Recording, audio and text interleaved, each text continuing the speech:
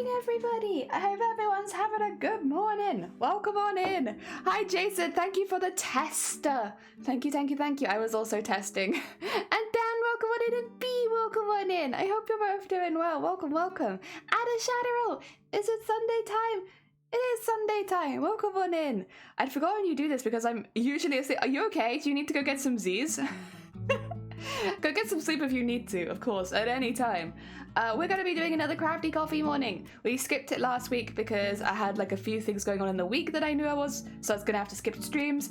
But we don't have to skip streams. Oh my god, skip streams today. We also can't skip screams. It's very important. I must scream for the entirety of Sunday, for it is in fact the Lord's Day. And the Lord's Day is for screaming. Oh dear. And by Lord I should say that I mean the great duck in the sky, just to be very clear. Oh dear. I'm actually awake at a reasonable time. Oh cool. I mean that's a good thing. Heck yeah. Howdy, Cicada. Howdy. I hope you're doing well. Welcome on in. Good morning. I usually sleep in until way later on a Sunday. I actually got up kind of earlier today as well, especially considering I went to bed pretty late. So, you know, at some point I'll probably hit overtired midstream. And we'll get silly. But until then, I feel pretty good. Ah, dear. Also, apologies. On my Discord, it says that I'm playing a Plant Tycoon, and technically it's not wrong. I have Plant Tycoon going in the background because I need to sell these plants before they die. But I won't be looking at it. It will be there, just selling in the background. Oh dear, Sunkoi Cosplay got me very into, you know the 2000s Tycoon games? You had like Fish Tycoon and Plant Tycoon and a few others as well. Sunkoi has their new break screen as Fish Tycoon, and now I'm addicted. But specifically to Plant Tycoon. Today was another rough day at work, so low-key I'm a zombie right now. Do you have any good snacks? Brains would do if you're a zombie, but maybe like cake's pretty good as well. And ice cream, maybe. Something, I feel like if you've had a rough day, you deserve cake, brains, ice cream, which, you know, whichever. They're a terrible influence, I know, right? I've been terribly influenced by Sunkoi Cosplay, who cannot come and defend themselves today. Oh, 2 seconds.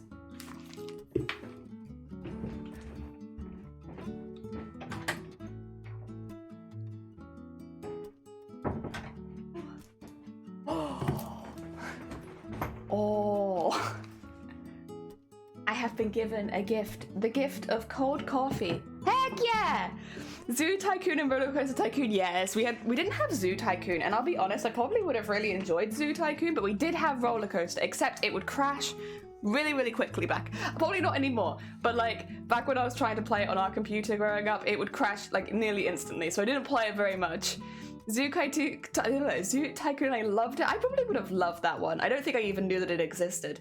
Like, what we would do is, like, when we got a Tycoon game, our whole family would play it, and everyone would take turns. So, like, me and my siblings would go to school, and my parents would play it a bit, and then when we got back, we'd play it a bit.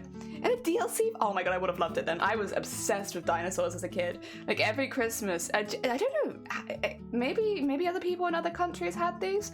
Basically, they would give you like a block of like, I don't know what you'd call it, like stuck together gravel or like chalk or like kind of brittle, like you could smash it, but it would take a little bit of effort, you know? Not quite cement, but like you'd get like a block, and inside of the block would be like little fake dinosaur bones, and you'd get like a little goggles, a little pick, and a little hammer, and you'd go at this like block until you got all of the bones out, and you could feel like an archaeologist. And it would normally take me a few days, and I'd just sit in the kitchen like tick tick tick tick tick tick tick tick tick, going at my block, and I'd ask for it for Christmas every year. I'd be like, can I have another block with a dinosaur in it?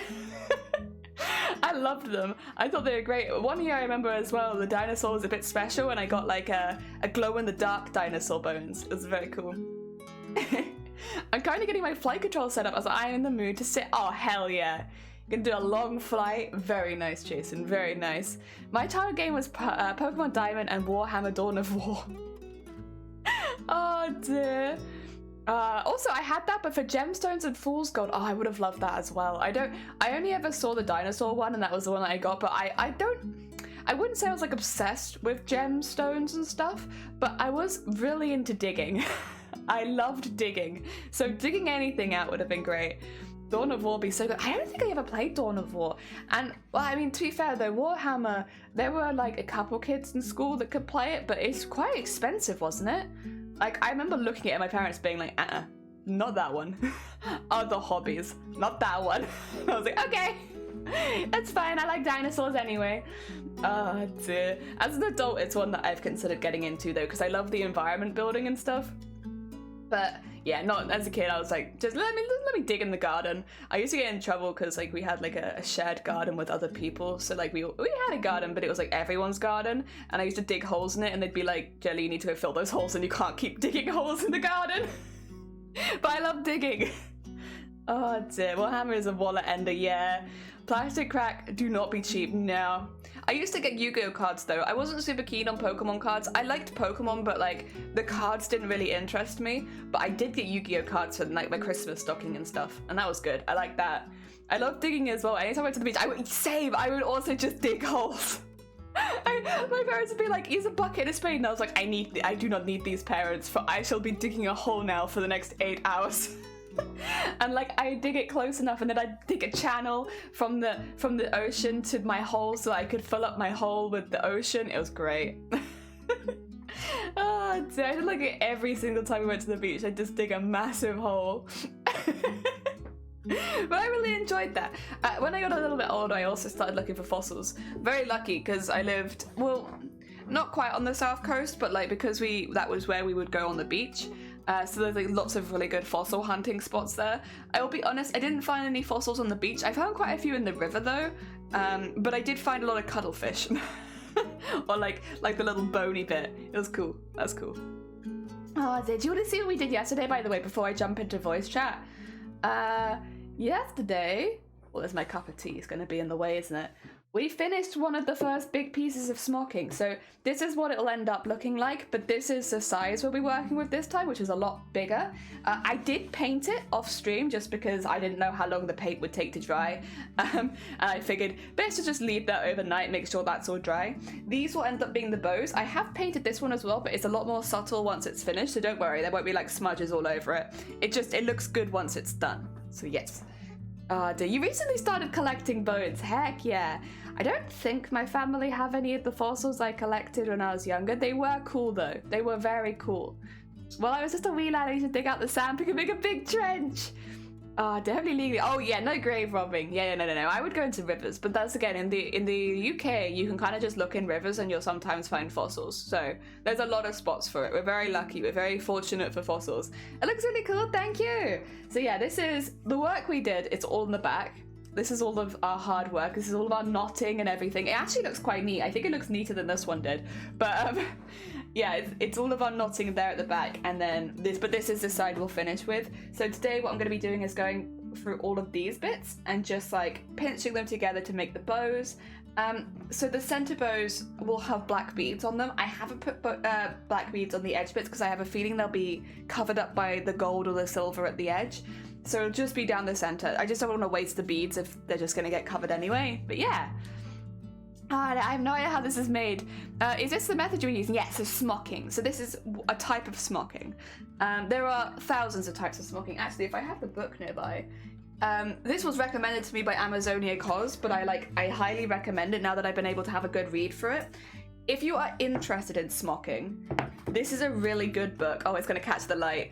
It's called The Art of Manipulating Fabric, and it basically goes through thousands of methods of and teaches you how to do lots and lots of different smocks and types of pleats and gathering and all that kind of stuff to make all of these kind of different shapes. It's very good, and for me at least, there were types of smocking that I'd never seen before, and it's difficult if you don't know, because it's so much maths and grid work and stuff like that. So having someone just to inspire you to try a few different ones is really good. It's quite the chunky book. I still haven't gone the whole way through it. There's some areas I'm more interested in than others as well. I'll be honest, I like this, but I don't know if I'll be using it for this particular costume. So while it's very cool, it's maybe not for this one. But yeah, it shows you all the different types of smocking. In fact, actually, yeah, this is. So see this one? If I pull it this way, you might be able to see it. This one. This is actually the smocking that I was doing in a different format. So this is using the other side of the fabric. So the particular smock that I've been doing, you can use either side. I use the other side because it creates lots of little squares, but this one is using the, well, technically this side of the fabric before it's all stitched together to make lots of little flowers. I didn't want to use flowers because, you know, it's not really a floral costume, but it's cool. It's cool. And again, gives you lots of options. So if you're interested in getting into smocking, this is a really useful book. Wow. Legal, find them on bushwalks. Heck yeah. Heck yeah.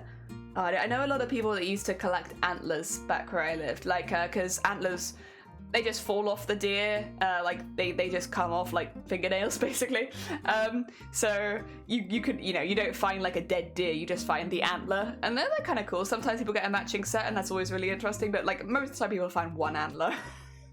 Just the one. Also, look at the gift I was given. I have a cold coffee now. Heck yeah. Oh dear. Yeah.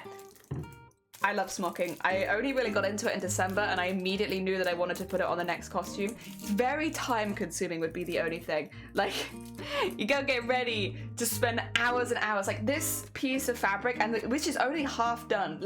We've got a lot still to do. So far has taken me about 8 hours to do. And this is, what, like 30 centimeters? 30 centimeters by like maybe 10, if that. So it's very, very small. So if you can like kind of scale that up to like if you were making a ball gown and you wanted to do larger areas of smocking, if it takes 8 hours to do just this small piece, yeah, you can imagine how long it takes to do it on these really big pieces of clothing.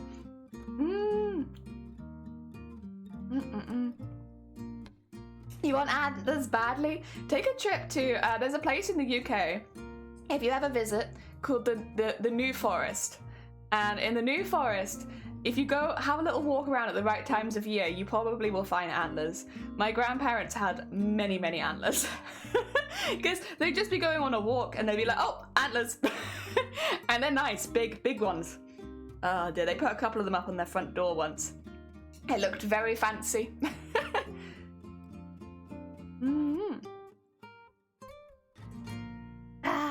Delicious. Now I have hot drink and cold drink. All right.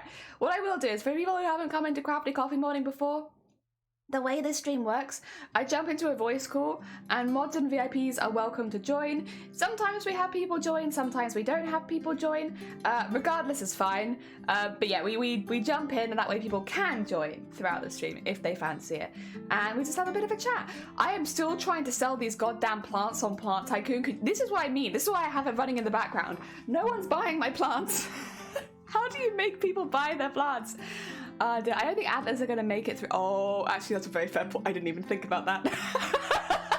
Yeah, they are pretty sharp and they're kind of huge. True. Yeah, I don't know exactly how you get them back. Shoot, my bad. Sorry. The idea was there. It just wasn't the most solid idea. Oh, also, sorry. Yeah, I just saw that. If my camera is flickering, I'm very sorry. We're just saving for a new one right now because my old one got broken. This one unfortunately has a weird feature where if you hit it, it knocks around. Oh dear. Also because of what's the biological issues? I'm curious. Also, I'm gonna start working on this, don't worry about it. I'll show you a little bit once we've done a couple. Oh dear. I feel like maybe it's just because all the antlers I've seen have been cleaned. Like they were very, very clean. Maybe there are some kind of issues I'm not aware of. What? Big sleeve. Big sleeve! I'm still wearing thermals. But today apparently it is cold, so I feel vindicated. Not vindicated, that's not the right word. What's the word I want? It begins with a V. Oh dear. Validated. I feel validated. Honestly, vindicated and validated are probably the two words I get confused most often. They're not too dissimilar, and I think people normally know what I mean, but vindicated is quite a strong word. Alright. What we do. So we take our little bit here. This is going to be a bow. So first of all, I'm going to stitch through the back. I'm going to catch both sides of it. I'm also using a lighter color thread because this will show up on the front. So I want to make sure that the thread color is correct. And then we're going to try and pull the needle through as close to the edge of the square as possible without accidentally going through the bow. And then we do the same thing on the other side, which is just to shoot that into there. And then we pull that nice and tight. And that's a little bow. See that? It's like pasta. It's like a little pasta bow. And then I do a couple stitches just to make sure that it stays in place really well. The fabric will bend quite a lot, so I just want to make sure that none of my stitches are coming undone with time. So I'll go over it a couple times. And there we go. And that's a little bow. So easy, right? So easy. So what I tend to do, or what I've been doing in all of my practices, I should say, is I tie it off and then I go to the next area, which is, because there's still a grid on the back, it's actually really easy to see where that is. I tie that, and then I go to the next area, which is just up here, and I tie it again. And then we just go like that, so I don't have to trim the thread between all of them every time. It does mean there's more thread on the back, but because you'll never see this back, like I'm going to cover this with a piece of felt, I think was the plan. I have to look back at my plans, but I'm pretty sure the plan was to cover it with a piece of felt. Yeah, I don't have to worry about it being a little bit messy at the back. I think any animal product goes through some checks, or you know what though, that would actually make sense, just to make sure it doesn't have any diseases, right? Most animal horns, teeth, and bows are allowed into Australia if they're clean and free from contamination with seed, soil, animal, or plant debris. If contamination is found in the items, yeah, that makes sense, because obviously, like, there are some, I guess, like, plant and animal diseases that maybe are in some countries and not in others, and you want to make sure that you're not taking across something that could be infectious. I get that. Honestly, I think that's very sensible. I think that's very sensible. There we go. So we're just going to do it again. Going right at the edge of the corner of the square. And do the same thing on this side. You can lift it up a little bit, but honestly, I found that it's not, you can just kind of sneak the needle in. As long as you're not using a really, really sharp needle, the needle will kind of just sneak into the right place and do half the work for you. There you go. Another little bow. And do you see how it's becoming more square now because of the bows on both sides? It's cool, right? It's a slow process, and I will not sugarcoat that, but I think it's so nice. I've painted as well where all of the centers of the bows will be. It's a small thing, but it just means that they were like a little bit more dramatically shaded, which, because my costume is quite cartoonish, I think that works well. So I've done the same on this, but I think I could probably go like a little bit harder because the purple in here is quite subtle. It's there, and you can see that there's a little bit of shading around there, but I went a bit harder this time because I just think, you know, I can afford to go harder. There we go, and we'll do the same thing again, which is just to tie it off and then zoom up to where we want the next one to be. The nice thing as well is all of these stitches kind of confirm the stitches we've done before, so if for whatever reason one of the previous stitches we've done comes undone, this will kind of make sure that it doesn't really move around too much, because we're kind of stitching through the same sort of places. Like a nice little safety net. I think if you're planning to wear a costume to a convention, having some sort of safety net is quite important. Khan, welcome Pauline, I hope you're doing well. Welcome, welcome.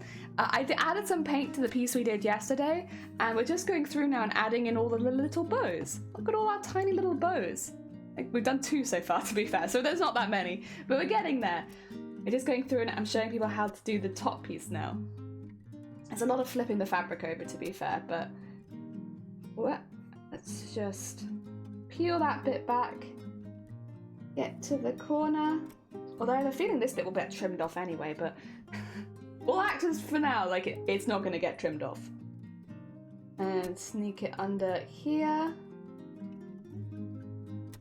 You see what I mean? Like, if you have like a needle that's not too sharp, it kind of just goes where you want it to go without having to move it around too much. There you go. That's another little bow. So cute. So cute. The way I do it, by the way, as well, the bows, I have it so that the bows kind of go around each square. So in the smocking that I originally looked at, they kept the bows all going in the same direction, which is definitely a look, and it looks good in like pillows and stuff like that, but because the piece that I'm doing is technically quite small, it looked a bit weird. So I chose to alter the way that I was doing the bows so that they'd go around the square. That's why in the sample that we did in December, the bows were all like in lines. So all of these bows would be facing the same direction, and then these would all be facing the opposite. I've changed that. I've changed that just for this costume. But, I mean, that's a nice thing about smoking. You can alter it. You can alter it. You don't have to stick to it 100%, especially once you're confident doing the basics. It's also all hand-stitched, so while I would say the fabric cost of smoking is a lot higher, like, you don't need a sewing machine or anything like that to do it. In fact, you can't really do it on a sewing machine. You can gather on a sewing machine, that's about it. You cannot smoke. So you don't have to worry about buying a sewing machine to do it. There we go. Get nice and tight. Flip it back over. And then peel that all the way back.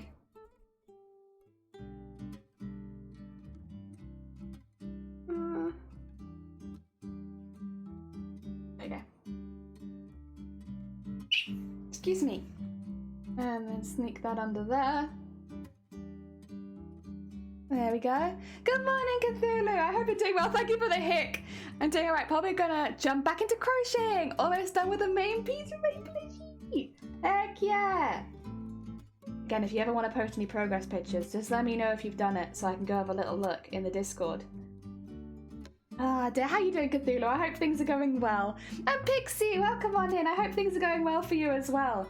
We're just starting working on the top side of the smocking piece we finished yesterday. So I painted some of it behind the scenes just so that the paint could properly dry and I didn't have to worry about that. And we're just going through now, and you can see we've started in this corner.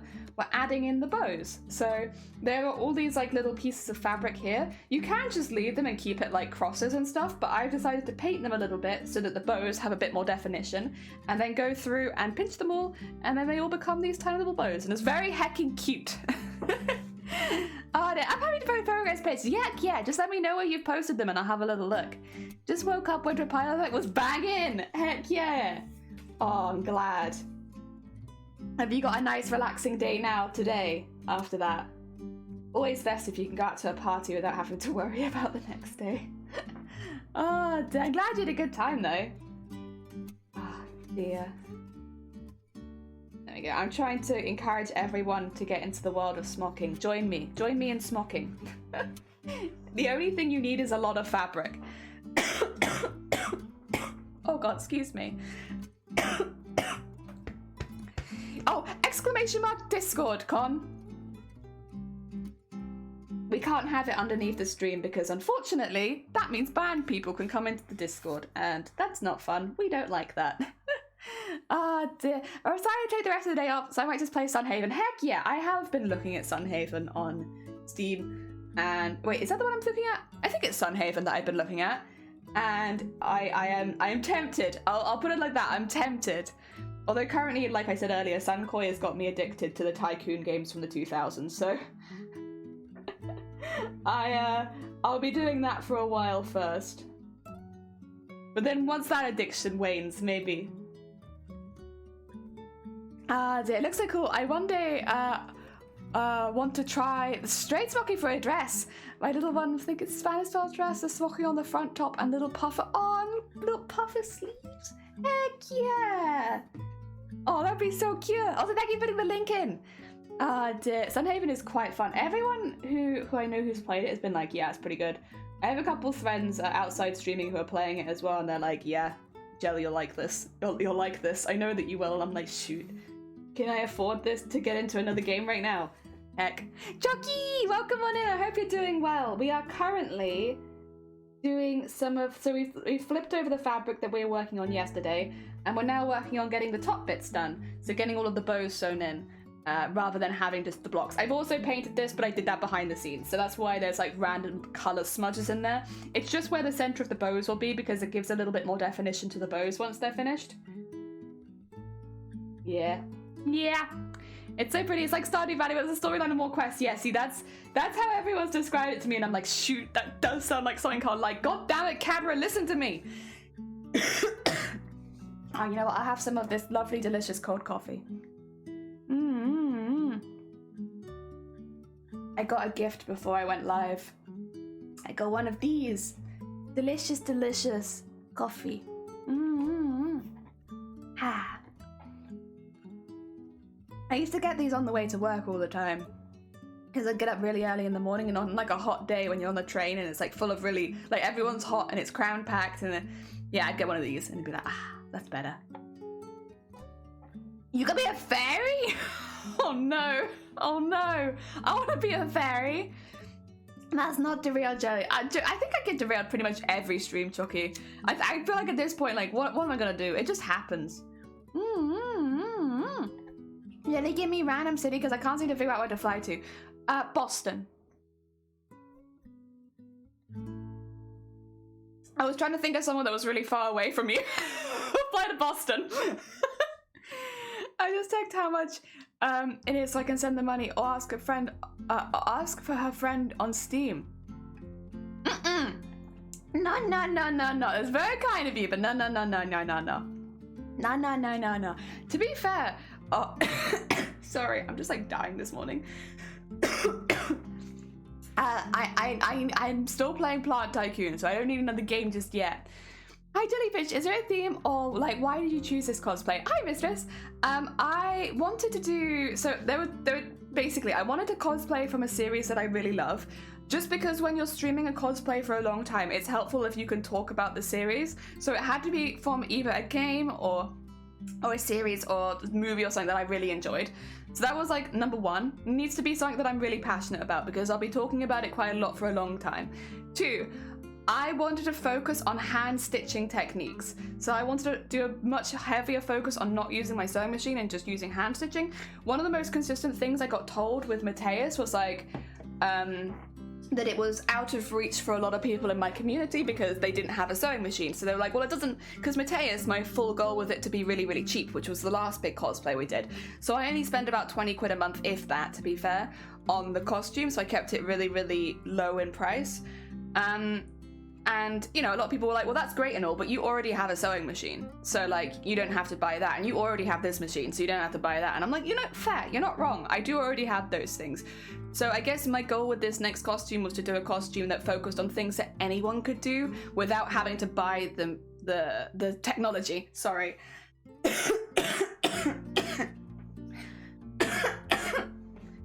I have to apologize. The cold weather has hit my lungs pretty hard this week. So basically my 2 goals were from something that I love and being able to use techniques that were very, very accessible to people in the community without having to buy lots of technology. And so I really enjoyed the Owl House, but the costumes are really, really simplified because it's a cartoon. It's a cartoon. That's what they're like. So I decided, well, I love this show. Is there any character that I can kind of amp it up a little bit? So I decided to do the Collector from the 16th century. Sorry, I'm going to mute really quickly. Do you want to play some words on stream for a sec?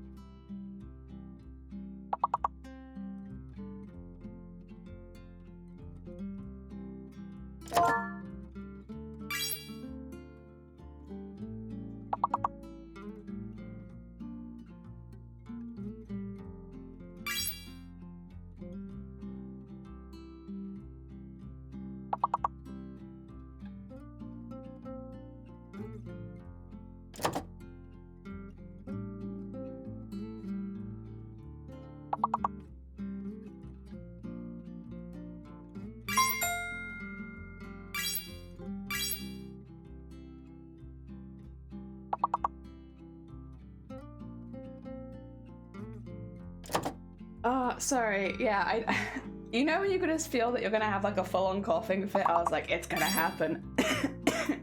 I am going to die. Oh dear, excuse me, sorry about that. Yeah, I'm fine. Ah! The heck? What?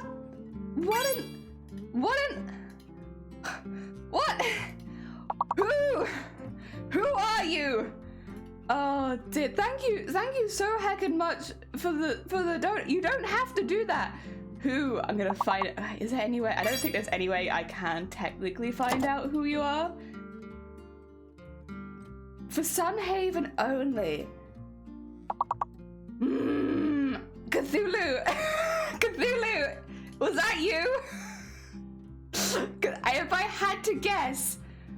Oh, sorry if I frozen it. My bad. I froze it. Hands up. I may have done it. I knew it. Oh, Cthulhu, it's very hacking kind of you. Cthulhu, at this point, is that like... Oh, wait, I can show you something I made after suggestion yesterday. I made it in 2 colors, but I'll show you this one first.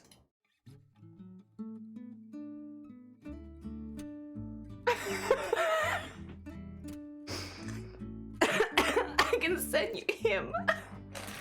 Oh dear. Thanks for all sure this been known as little Cthulhu. I knew it, yeah.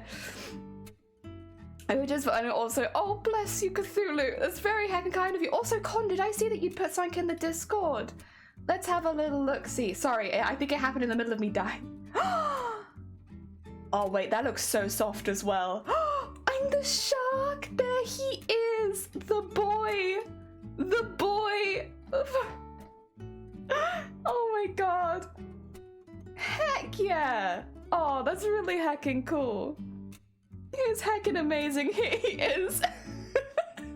I made him in another color as well. So we have the orange one, but then I also made him in blue. Because I was like, we'll have like a little bit more of a magical one. Here's a magical one. Because they seem like a magical creature. So we have a magical tardigrade and an orange tardigrade. He's super soft. He looks super soft. All right. What did I miss? Sorry, I was... Apologies. What did I miss? Anybody popping in? Anime, welcome on in. I hope you're doing well. I hope you're having a good day. Did I miss anybody else? Oh, we good. Oh, Alpaca as well. Welcome on in. I hope you're doing well. Sorry.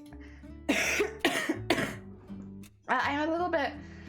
Because it's been a bit cold this week, my chest is a little bit congested, so I'm kind of a bit coughy at the moment. I'm not sick or anything. I'll be fine as well. Just give me like a week or something and I'll be back to normal. But just for now, in the mornings when I wake up, I'm a little bit... Ah, dear. Also, oh yeah, I should show you what we're doing. Sorry, I immediately turned it over to the back. So yesterday we finished the larger piece of smocking, but what we're doing now is we're going through and we're making everything really neat on the top. So we're putting in the bows, I will also put in the beads, and then we'll go back and we'll embellish it with sequins and embroidery. So eventually it will look like this, but just the whole way up. It's much bigger than this one though, so it's taken a very long time. A bit coffee. Well, I did actually just finish my coffee because I was like, I'm just gonna chug this quickly because it had some sweetness in it, so it's good. I don't know, for like if your throat's a bit. Oh dear. Fortunately, the cough does normally go away by about midday, I would say. Oh dear. So hopefully in a couple hours it'll be all right. Oh wait, is there a sleeves there? Have I missed a sleeves? Good morning, sleeves. I hope you're doing well. Wait, how did I miss? Oh yeah, no dying allowed. Right, very good, very good. Yes, you're right. To be fair, I shouldn't die, especially not on stream. I think it's against TOS to die whilst live on stream. I could be wrong, but I think it's against TOS. I don't think that's something that you're technically allowed to do. All right. Finally a place where I can close goddamn Plant Simulator because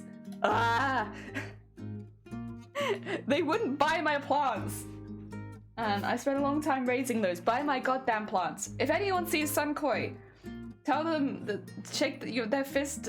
Just how could you? You've got me into a game from like 20 years ago. Oh dear. I will say I'm having a lovely time with it though. I don't know if anyone else... Well, I know a few of you played simulator games. I drink warm milk with honey for coughs. Yeah! So I have...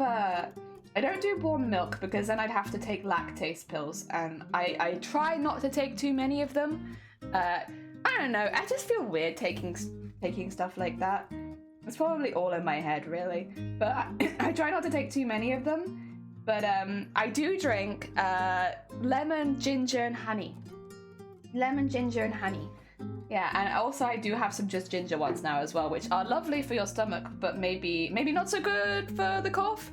But they are very tasty though. I think they're tastier than the lemon one. Maybe it's just I'm not super keen on lemon, as much as I am just the ginger. But yeah, I have those. I mean, any kind of milk replacement should also work. True, actually, that is true. I I find that tea is one of those things where, oh sorry, I know this is just warm milk, but tea is one of those things where like milk replacement really, like getting a good one matters, because so many milk replacements taste absolutely awful in tea, and I'll have them anywhere else, but like tea, But you're right, if it's just milk on its own, I don't mind soy milk, to be fair. I know a lot of people like dislike it, but I actually don't mind soy milk. It's different, and I don't necessarily, I don't know. It doesn't really taste like milk to me, but I do like it. 31 months on the Crafty Bean stream. Crafty Bean stream, honk honk. How was your debut the rest of yesterday? For those who don't know, Shifty debuted a new VTuber model and like a channel rebrand yesterday. A few of you will probably be there because we raided into them after stream, but obviously it was much later in the day. How was the rest of it? I hope it went really well.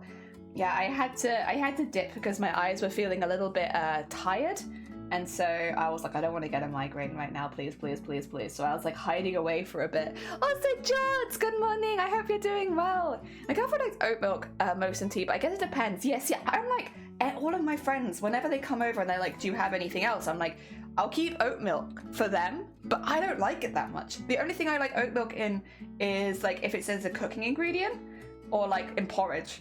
I don't like it in my tea, and I don't really like to just drink it. I don't know, but everyone else does, so like clearly it's popular.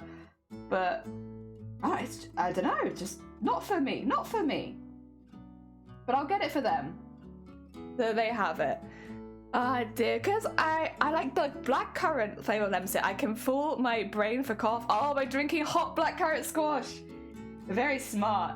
Very, very thrifty as well. Like, it's going to cost less than having to have full sip every time. It was great. Thank you for the VTube. No, you're all good. That'll be the last full VTube I make for a while, to be fair. So, all the other ones are going to be chibis now. You're an oat milk bitch? Yeah, I think most people I know, if they do milk replacements, like oat milk, which is why if I have, like, any of my friends who do milk replacements or are vegan and stuff like that, I'll keep oat milk because I know that's the one that they're going to want. But yeah, I don't know, it's just not for me. But thank you, George. Yeah, thank you for shouting out Shifty, so you can check them out if you didn't come over with us yesterday. Doing well, thanks. One of my better weekends off late. 2 more days, and then I have 33 days. How do you have so much time off? Oh my god. That's great, though. Have an amazing month. I have unsweetened soya. I got used to it only after having the option for 4 months in China. Also lactose intolerant, yeah. I'm the only one in my family at the moment who is lactose intolerant. I say at the moment because who knows, some of them might grow into it. But right now I think it's just me, and oh dear. It sucks as well because I drank so much milk growing up. How did I get lactose intolerant? I was constantly drinking milk. I guess that's not probably how it works, but you know. I drank a lot of milk. There's also one here in Germany. It's a mix. It's supposed to taste like regular milk, and I tried it. It does come pretty close, mainly because it's pretty fatty. I don't mind it being fatty. I wonder if Jelly will notice sun. Oh my god, my son! Welcome on in, son! wait, are you in the Discord? Yeah. Oh my god, hello! Sorry, let me turn you up a little bit. Yeah. Same problem again. Yeah? Yeah. Oh, you're peeking. Oh. Oh, yeah? Oh no, now you're quiet. Oh no. Why are you so quiet? When did you? Oh no. My son, this is not how I raised you. There you go. Okay. Welcome on in, Sunny. I hope you're doing well. Oh, hi. Oh dear. How was your week? I hope it was good. You're tweaking. Yeah, you're tweaking. No tweaking. Oh dear. How was your week? I hope it was good. It's been good. I went to opening day for the shop that I'm gonna intern at, so that's exciting. Very exciting. Also, welcome on in, Neil Den. I hope you're doing well. Take care of yourself. Have fun at convention. Oh, 3 days off. Sorry, George. I thought George had 33 days off, and I was like, how? You've just been on a month-long holiday. What job do you have that gives you like 60 days off a year? Oh dear. And Guide Dogs, welcome on in. I hope you're doing well. It's called Shh, Not Milk by Alpra. Yeah, it's actually a thing. It's Oh, actually is it? yeah. See, my favorite is pea milk. Like milk made out of like Tea? no, like peas, like green Piss. peas, not piss. Green not piss? No, green peas. Like I don't know how to describe. I don't know how to describe it, but it's like it's very, again, it's kind of like a little bit more fatty. It is very milky tasting though. It's just like a thin milk. It's really good. It's just unfortunately like the most expensive one. Maybe, I swear to God, Shifty. And thank you for turning me piss-coloured con. Jesus Christ. I was being wholesome. It's like pea is in the vegetable. Oh, it's really good. It is. It's like a really good one. If you get the opportunity to try it, I would highly recommend it. It's just delicious, but it's the most expensive one, so it's like we don't get it unless it's on sale because it's like £2, £3 for like a small carton. I don't know why. Maybe it's hard to get the milk out of the peas comparatively to other things. I think you don't get as much milk out of the pea. Yeah. As you do other things. Could be that. Like, what? Obviously, there's a reason it's so much more expensive. Number one. Tampon in steak. Do you know where that's from, Sonny? No, actually, no. I It's don't. from top 20 British cuisines. What? Yeah, Shifty sent me a video, I think it was Shifty at least, who was like, you'll find this funny. And I watched it, and I did find it funny. And then I heard the number one tampon and steak, and I was like, I'm having that as a bit alert. I'm taking that. What is it? Like, I see if I find it, and I'll link it in the chat. It is literally just like top 10, or no, top 20. If I do top 20 British foods, I think it will come up. but like, what is tampon on steak? So you know what a tampon is? Not in food relation. No, it's not. I don't think it's meant to be in food relation. You just put that on your steak. What? Yeah, tampon in steak. Pea milk sounds like my living hell. Fair enough. It's not for everyone. Here's a link, by the way. I will play it. Number 20. Frog in a frozen vegetable bag. 19. Frog in a frozen vegetable bag. Mouse in baked beans. Mouse in baked Number beans. 18. Black widow Oh spider. my god, no. It's like that. Number I see. 17. Razor. Razor. Number 16. Human tooth. Human tooth. Number 15. Snake head. Snake head.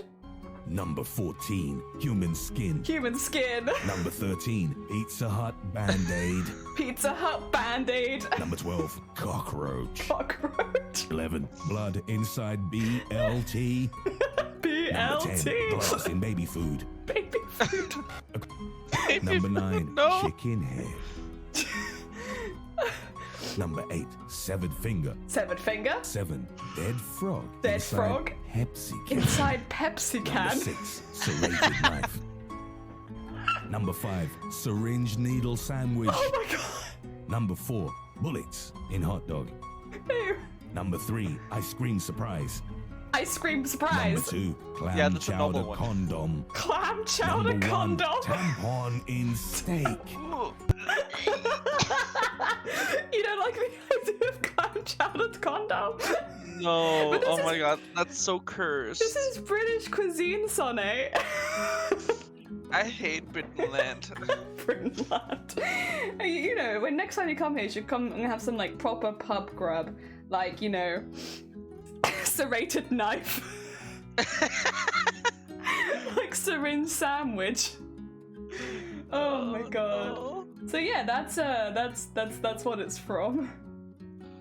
I see. Yeah. Just some good old British cuisine. I honestly don't understand why people outside of the UK say that they don't like British food. I just don't get it. I feel like there's some And they say classics. that Danish food is kind of like British food, and I think I don't agree anymore. You mean you don't have syringe sandwiches? Do you eat human flesh? Of course we do. Oh, there we go. Then it is similar. I think that.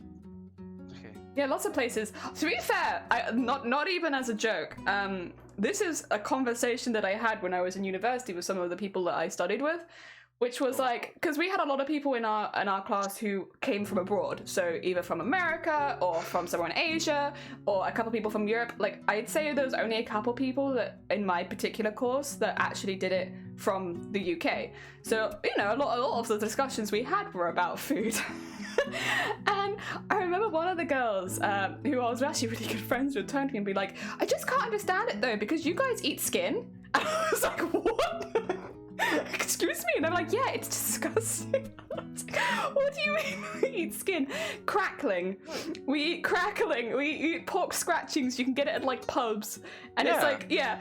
But the way they described it, they were like, you take skin and you fry it. And I was like, wait a second, this is sounding really familiar. Exactly what you do. Yeah, but apparently, like, where they were, I can't remember if they were from India. Well, one of them was from India, one of them from Thailand, and they were like, yeah, it's really weird. Why'd you just take skin and fry it? And it's like, have you tried it? It's delicious. But we call it Ufa. You call it what? Ufa. Ufa? Yeah. Aww. Because it's like a pig says Uf. Oh, okay. That's the Danish word for like a pig sound, and then we just call it Ufa. Ufa. That's actually a really cute name for it. Plurals of pig sounds. We call it crackling because it hurts. Yeah, it's actually it crackles. It's crunchy. One of my favorite things in British language is you know Fords, in not the brand, but like you know how like a ford is like river going over a road. No. Oh, okay. Well, a ford is a river that goes over the road, but in the UK we call them water splashes because you go through them and water goes splash. See, Denmark is the same with naming conventions. Do you know what a hedgehog is called in Denmark? A spiky boy. A stick swine. Oh, you know what though? That's true. It's a stick swine. I love syringe sandwiches and human skin for breakfast. Me too. Me too. A rhino is called a nose horn. But it is a nose horn. Exactly. You're not wrong. Dear, pork crackling is god tier. I hard agree. I love it, and I also like the pork scratchings. I can understand why pork scratchings doesn't sound the nicest, like as a word, but like I really like pork scratches, pork scratchings, yeah. Which is like when you buy it in like a bag. Excuse me, Shifty, you're writing that as if I'm Dutch. I will not have the slander. Oh, they're called nose horn in German too. Oh, yeah, nose horns kick. I think it's even the same word. It's just with German accent. Oh. Like we call it Näsehorn. Oh, also, yeah, it's Sonny. We have Sonny in chat with us right now. Add a shadow roll. Hello. Hello. Hello. Oh. Thank you for X-Smash Pokemon in, Scott. I hope you're doing well. You know, we're talking about fun naming conventions. I was just writing it because nose horns is Dutch language too. That's fair. Oh, okay. Oh, and thank you for making me wholesome. Nashorn.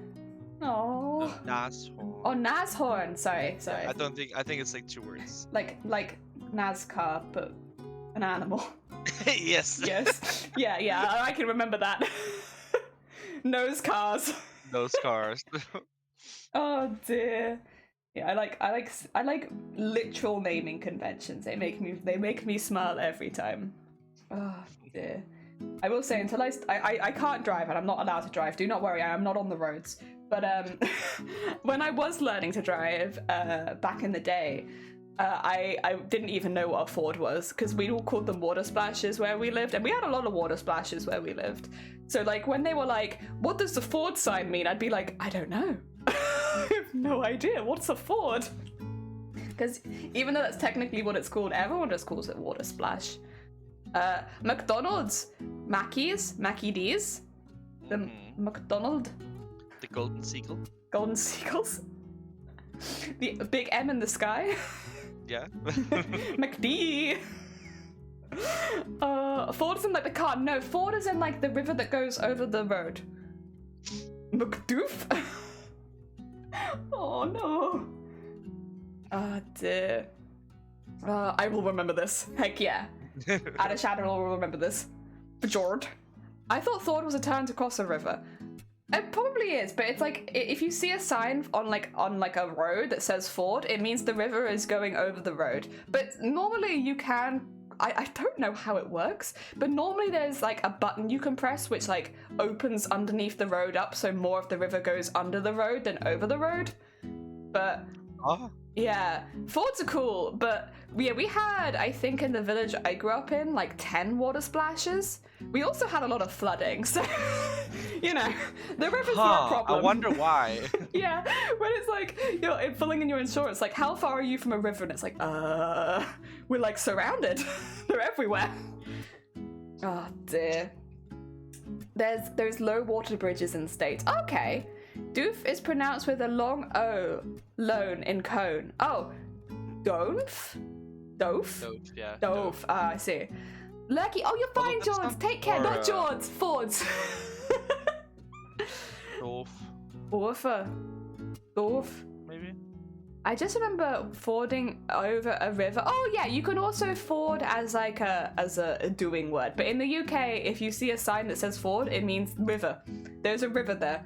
Sometimes they'll also have a warning of ford because some of the rivers, like over the roads, I haven't really seen many of them in Wales, to be fair. At least they don't get that bad. But like sometimes where we grew up, at least, the fords over the river can be taller than your car.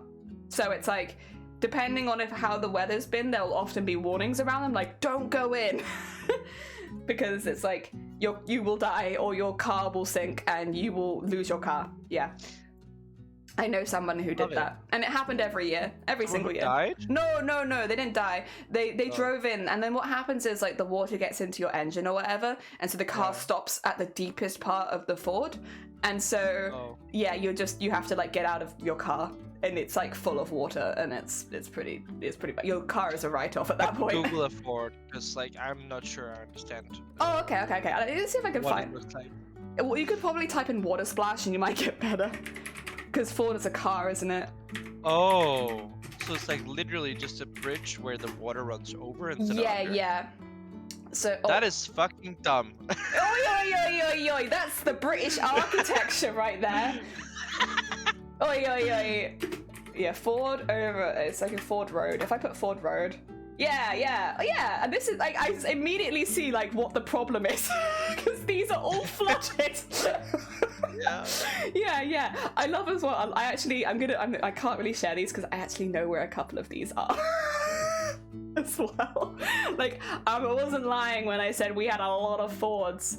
This one. I found one that was around the corner from my old house. And I could see it flooding someone else's. Oh, yeah. They're pretty bad. They get really bad. Oh, wait. Yeah, no, I'm not going to share this. I know half of these fords. Yeah, they are pretty bad if it rains a lot. And, like, you know, if you've lived in the UK the last few years, you know we've had some floods. And then what happens is, because there's a river. What happens though, in the winter, they normally run the ford underneath the road, so to avoid there being massive icy patches on the road, I will say. So like, you won't normally see that it's a ford in the winter, you only really see it in the summer or when it's flooded. Just for an extra bit of logic there, where you can actually remove the water from the road, they just choose not to.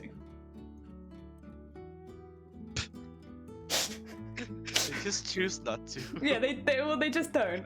It's great as well because like where I grew up there was like free roaming animals everywhere, so they'd find a space which wasn't in the river, like on the road where there's water, and on hot days they'll just stand in the middle of it because they're like, this is nice.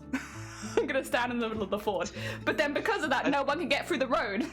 Yeah, I feel like there's more problems with fords than benefits. Oh, I have no idea what a benefit of a ford is. Other than maybe they don't have to build a bridge over it for cars. Like, I don't know. It's already kind of a bridge, though. It's just underwater. Yeah, it's an underwater bridge, kind of. I don't know what the benefits of a ford are, to be honest. Nor do I know why we've had them. And it's only since leaving, like, my home village that I've realised that they're not that common. I blame the English, never seen a ford in Wales. Yeah, I don't really think you have a super large amount of fords here, comparatively. Whereas in certain areas of the UK, they are very common, like where I grew up. The river has the right of way. The bridge literally went uno reverso. It did, yeah. Oh, you're gonna lurk? Take care, Con. Have a lovely lurk. It's a wildlife thing, you believe? It could be. Is it like it's supposed to be maybe a place for wildlife to drink? Because they do be drinking. They do be drinking from there. They do. I thought of a lot of people. I suggest Oldham instead. Sarah, welcome on in. I hope you're doing well. Gonna be honest, never encountered one. Come down south, but not when it's flooded or cold. Specifically, during the dry season of summer. Yeah. Look, come in the summer where, like, you know, I'm just still looking at these fords. And it's like, Jesus, yeah, they're pretty bad actually, aren't they? They must also like erode really quickly because of the running water. Yeah, so the road is normally fine. The issues are if it floods and goes up above where the ford is meant to be. So I know the bridge had to be redone in one of the big ones near us because the water was hitting parts of the bridge it wasn't meant to at pretty high speeds every time that it flooded, and it was just damaging the bridge over time. Yeah. And that's like the bridge for the humans to cross. Not the cars. Because a lot of the fords will actually have a bridge next to them for people to cross. So why not just make a fucking bridge? Oh my god! Like when you Google a lot of these fords, if they're in like a populated place, it will be the ford and then a bridge right next to it. Oh dear. Yeah. Like this is a really good example. Can I get the article for this? Yeah. Let me send you this, because I can say at the very least this is not one that I immediately recognize. I'll pop it in the Twitch chat so anyone else can see it as well. So here you can see the bridge is just to the left in the image. That's the bridge. DJ! Thank you for DJ. And here's a car who decided to go into the ford. Oh dear. The picture is just BBC for me. It's just yeah. It's something. I'm just turning the music down a little bit. There you go. That's no picture for me. Oh, there's no picture for you. Is there a video at the top? No. Oh. It just says BBC in the place where it should say. Oh. All right. Maybe I can capture my screen then. 2 seconds. You can all watch it with me. If I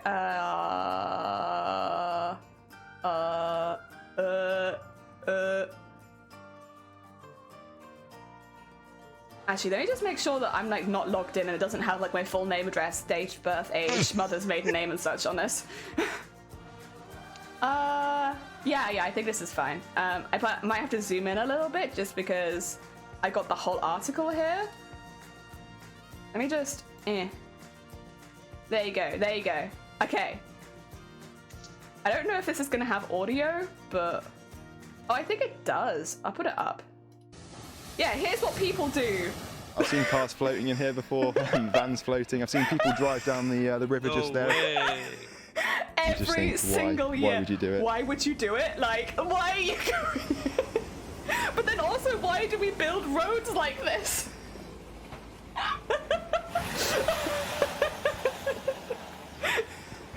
we go. And there's the bridge. You see that?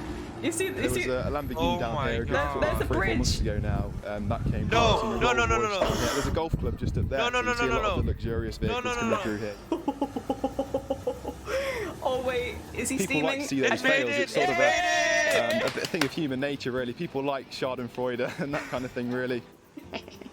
Just over a year ago now, I started As they're filming all it, on the and I thought bridge there's got to be a place watching. for this on the internet. I that do that people when I are was gonna little like. as well, though. Just over 40 million views in the last year, which is just unbelievable, really. And I've had people come all over the country, like Manchester, East Anglia.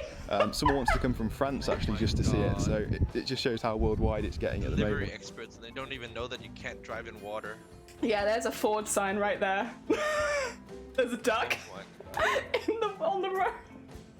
There are nice sort of warning signs either side of the ford that can flip over, and they'll say flood road closed. Yeah. We have the there's same. a bright illuminate measuring stick on the bridge And that yeah, people can see. And just when how gets to deep above it 1 is. feet, that's your sort of benchmark not to go through, really. If it's an ordinary vehicle, that is. Yeah, that's what it's normally like that. Like that's normally what the Ford should be like. Yeah. So it does a bit of a splash, but you're not gonna sink. But yeah, what Free like car wash. Yeah, well, really dirty, but like yeah. Exactly. One thing that kids used to do, or like young people, especially like young men used to do, is like wait by the bridge for someone stupid to go through and then charge him to pull the car out.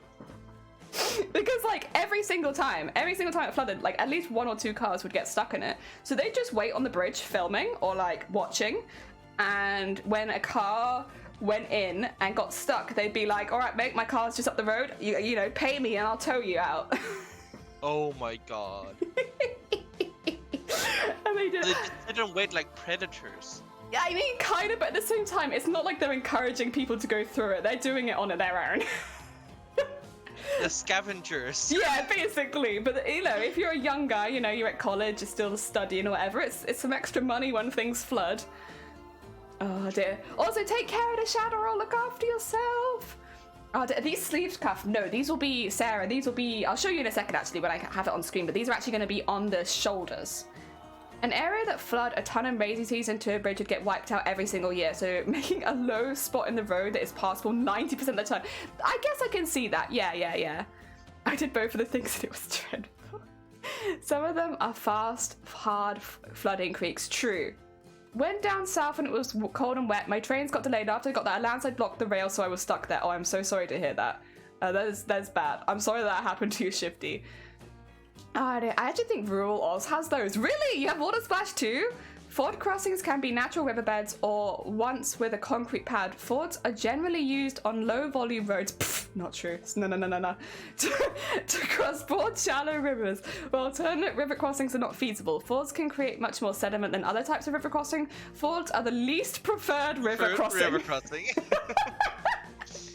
Understandably. Yeah, you know what? I see that. Hi, Jelly. Stevel, welcome on in. I hope you're doing well. We're just laughing at people being silly and going through the road. There's a little bit left on this video.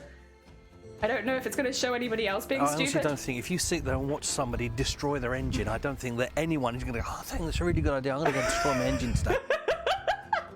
That's a really You good don't know idea. what's in that water. There could be potential sewage in there. It can get into your engine, and they can be very expensive. When your next MOT or service, it can come to bite you. As much as it can be fun driving through God, it. the steam, No, I wouldn't suggest it personally. Oh, there he goes. It may seem like a simple shortcut, but that doesn't mean the river's always safe to cross. The thing is about this as well, which I think is probably more recent, is that a lot of GPS stuff like that will send you through water splashes on bigger roads.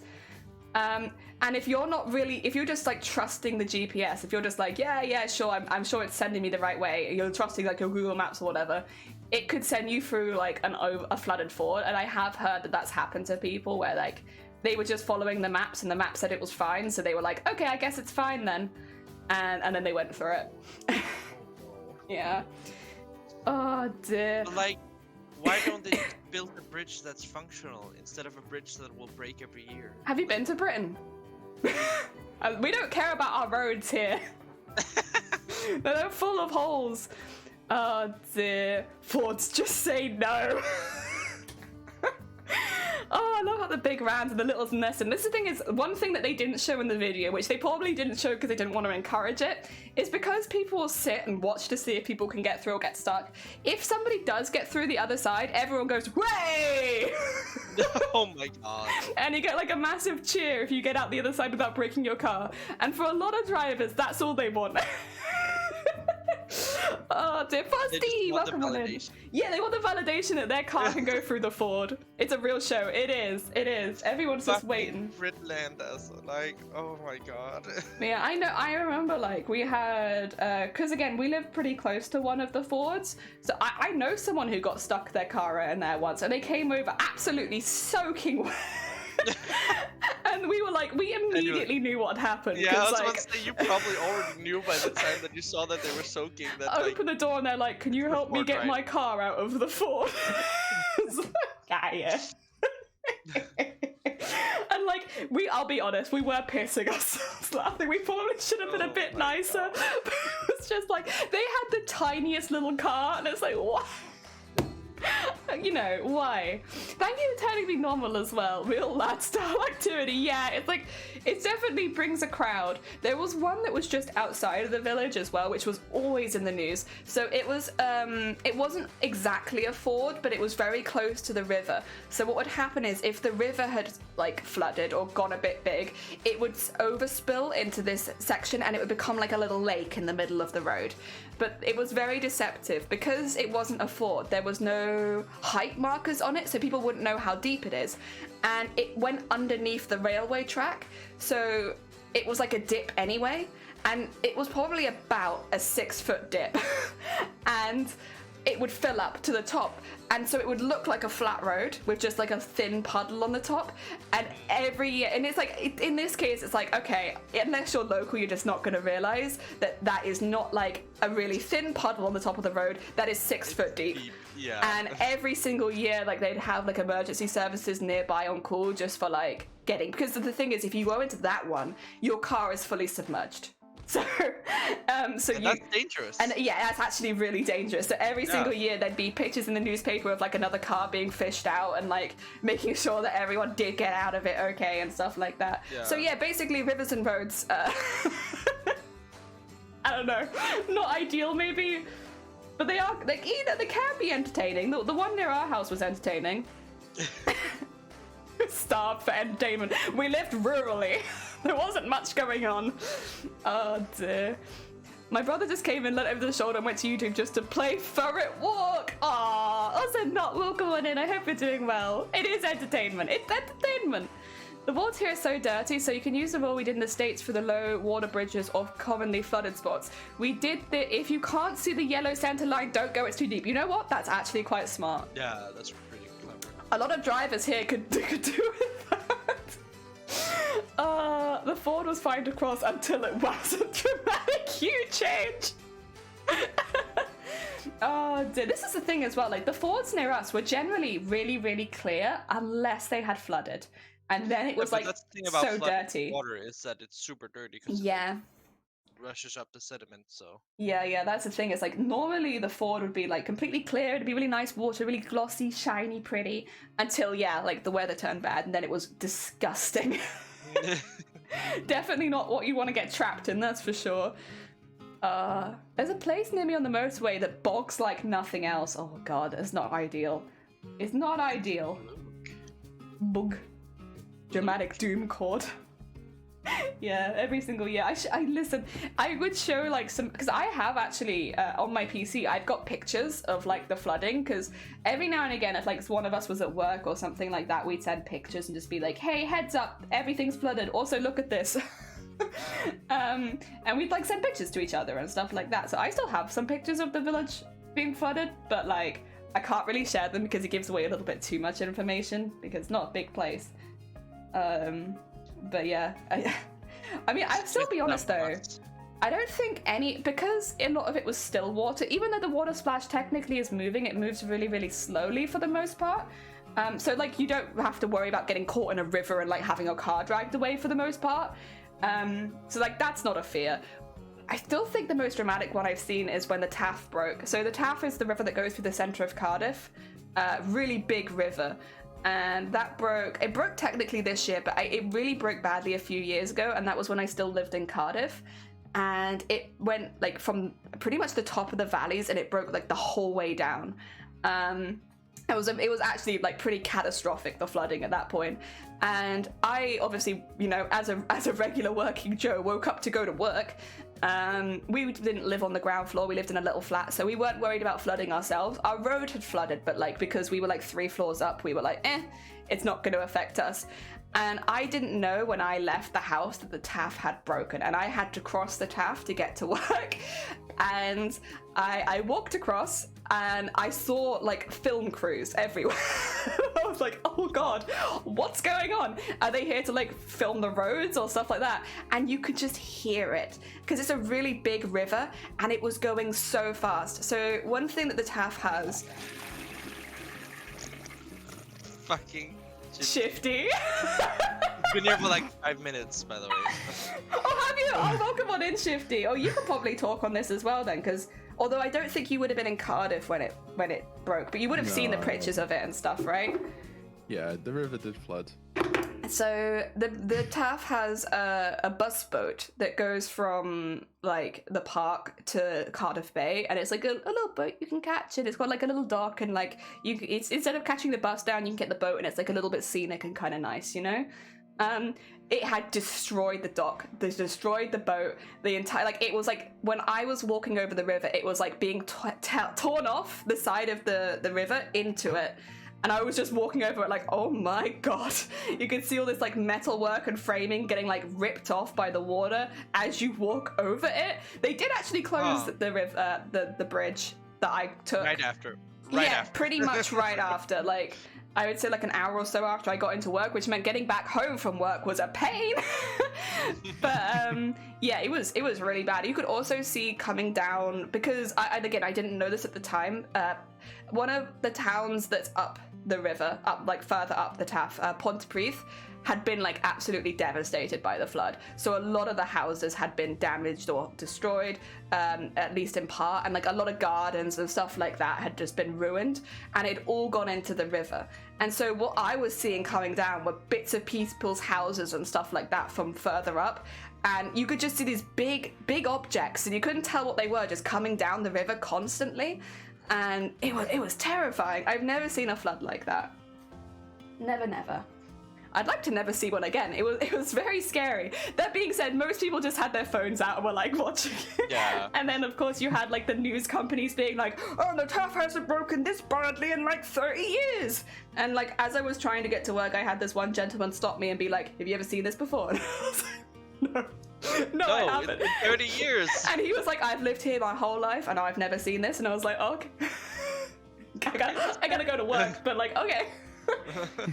Oh dear. Yeah, people were, I wouldn't say excited, but fascinated. Fascinated, yeah. And to be fair, I was mainly just very nervous because I was, will I get back from work today kind of thing. Also, is my workplace flooded? Oh dear. Oh, cha-ching. Cha-ching! Jelly just doxes herself. Oh, no, I'm not gonna dox myself. I'm okay saying, because I think I've said before that I've lived in Cardiff before. But, yeah. The difference is Cardiff is a relatively large space, whereas my village had about, like, a couple of thousand people in it. Yeah. So it's like, it's a little different. That's why I'm okay talking about one and not the other. Oh, how are you today, Shifty, though? I'm a little bit tired, but I'm doing good. We did quite a big stream yesterday, to be fair. Yeah. Yeah, I don't think I can 3 pick up a hours. canvas for a while. No. After last week. Oh dear. Good on you though. It was a really good stream. Like the bit that I saw, I really enjoyed. I liked watching you give the pizza to the homeless people as well. That was nice. And I Thanks love so the homeless much. people doing illegal stuff for you. Yeah. Yeah, it was very illegal what they did. They were very cool. I liked that. I think 2010, the Murray River, Australia's biggest river flooded, and it just annihilated a massive bridge. See, that kind of stuff, like watching river destroy stuff is terrifying. Yep. Excuse me. Like, it's so scary that I had to squeak. So scary that Jelly shrieked in horror. I did shriek in horror. That was also my reaction when thank you for the hic. That was also my reaction when I saw the Taff broken. Like, we had a lot of floods where I grew up. I think I've mentioned before, like, we've had floods that got to our house and stuff like that, which is why we were so careful when we were, like, shopping for a house and it wasn't anywhere near a river. But, like, you know, we experienced flooding growing up, and we saw a lot of it. But it was never because the water was really fast. It was more just, like, a lot of water everywhere. It wasn't, like, really strong rivers or anything like that. No. So I guess different. It's just the water just came out of nowhere kind of thing. It was like bam. Yeah. Whereas here it's scary. It's scary when it's in the river and they're going fast and it's destroying things. Oh dear. I'm making little bows. I am making little bows. All the tiny little bows. So like they all start off as these like oblong thingies with like I paint the middle of it, and then when I pull them together they're little cute bows. Heck yeah. Oh. Also, sorry, Shifty, what was your goal? Because you've Shifty hit 300 followers yesterday. Pog. Big Pog. What was the goal? Oh, hold on. What was the goal for that? Or like, what was the celebration For for the cosplay? 300? Is that the cosplay? Oh, for the 300. Oh no, not that. Oh, I got excited for a second there. To be honest, I forgot what the goal was going to be for 300. Oh no! Heck. I'm sorry, we've had a party redeemed. That's all good. That's all Which good. means the party is party. Wow. Wow. Okay. We like to party. We like to party. We like to party. We like to party. We like to party. We like to party. We like to party. The finger bus is coming and everybody's jumping. New York to San Francisco, an interstate free disco. The wheels are still on turning and traffic lights are burning. So if you like to party, come on and move your body. A party for Shifty. Hell yeah! A Shifty 300 follower celebration party. Heck yeah! Thank you for the party for Shifty. Heck yeah! That means you just had me and Sonny serenade you. I was certainly serenaded.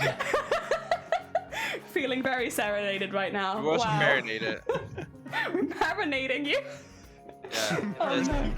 Oh, thank you for making me sus. Is that something people do in Among Us with? But I don't really understand the context. I think I've heard marinade in reference to something people do in Among Us, but I don't really understand. Can't say understand. Not gonna lie, it was loud. Yeah, I have it turned up louder for our little text-to-speech beam, but it means the parties are like, I need to turn it down, to be honest. Who was that? Huh? Oh, you need to get some Z's? Oh, the yawn? Yeah. I just woke up. I literally rolled out of bed and came on voice. To be fair, same. Oh, no, we need LAN parties. Oh, heck. Sonny, were you one of the people that asked for the... Who was it that asked for tardigrades? Oh yeah, it was me and... Did you see the tardigrades? What do you mean? Like... Oh, I made them. What? Yeah, let me show... I'll show you the orange one first because it's a little bit more color accurate, but I did make a magical one as well. There he is. Oh my god! Yeah, I knew it was you that asked for it, but I knew someone else was very excited about them. Oh my god! There's a little magical one as well. Him. You love him, little mouth. But where's the magical one? Because I was like, I like the normal color one, but like, what about if he was magical? No, he's a magical. Oh my god! I mean, those are the colors they are when you look under a microscope. Oh, are they? Oh, there we go then. I can just say that it was scientifically accurate tardigrade. I mean, I think they are brown, but like when you look under a microscope, you have light behind them, so they look kind of like light blue. Hell yeah. Can I show you another one I made? So I'm not gonna spoil these ahead of time, but I made one that I'm really proud of because I've been doing the dragon one a little bit. Look at this little guy. Ooh. He's a little cloud dragon. Dragon. Look at this little dragon. I love him. Biblically accurate. A biblically accurate tiny. And he got a little chomp. Yeah, I like that one. Hi, Forkless Daddy. Oh no. Uh-oh. That's Forklift father to you. Jesus. Honestly. Chonk dragon. Little chonk. Magical, but accurate. I have played Among Us very intensely for like 2 years. Oh my god. Someone with the strats. 2 seconds. I might have used the wrong needle. I don't think these beads fit on this needle. Oh. Jason went outside yesterday. Oh, they do. Okay. No. Yeah, I know, right? Good on Jason. Very scary stuff, but they did it. They went to watch the sports ball. Oh my god. Sports ball? The sports ball. I love the sports ball. Do you? Square hole. No. Oh! I like sometimes the sports ball. It depends. I have watched Depends on what one sports ball it football. is. I have Yeah. watched one football game in my entire life. That's actually quite impressive. To have only watched one and you're how? How do you get out of it? I just don't watch the TV when it's on. Biblically accurate angel? I know, that's such a good idea. That is actually a really good idea. Ooh. Did- Like did- did- eyes on circles and wings. Do angels have mouths? You can give them mouths. I can give them a mouth. A floating up to pair of you, lips. really. Yeah, true. After all, I wrote the Bible, so, you know. Yeah. True, you It's did whatever I actually do describe. Oh dear. You played the game too much and you can't touch it now. That's fair. I'm like that with food. If I eat, sometimes, not all food, but sometimes if I eat one food too much, I'm like, even though I love it, I can't eat it for a while. Oh dear.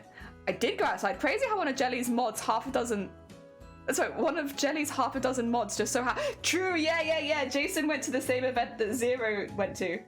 Oh. Not Shifty. Yeah, I was there.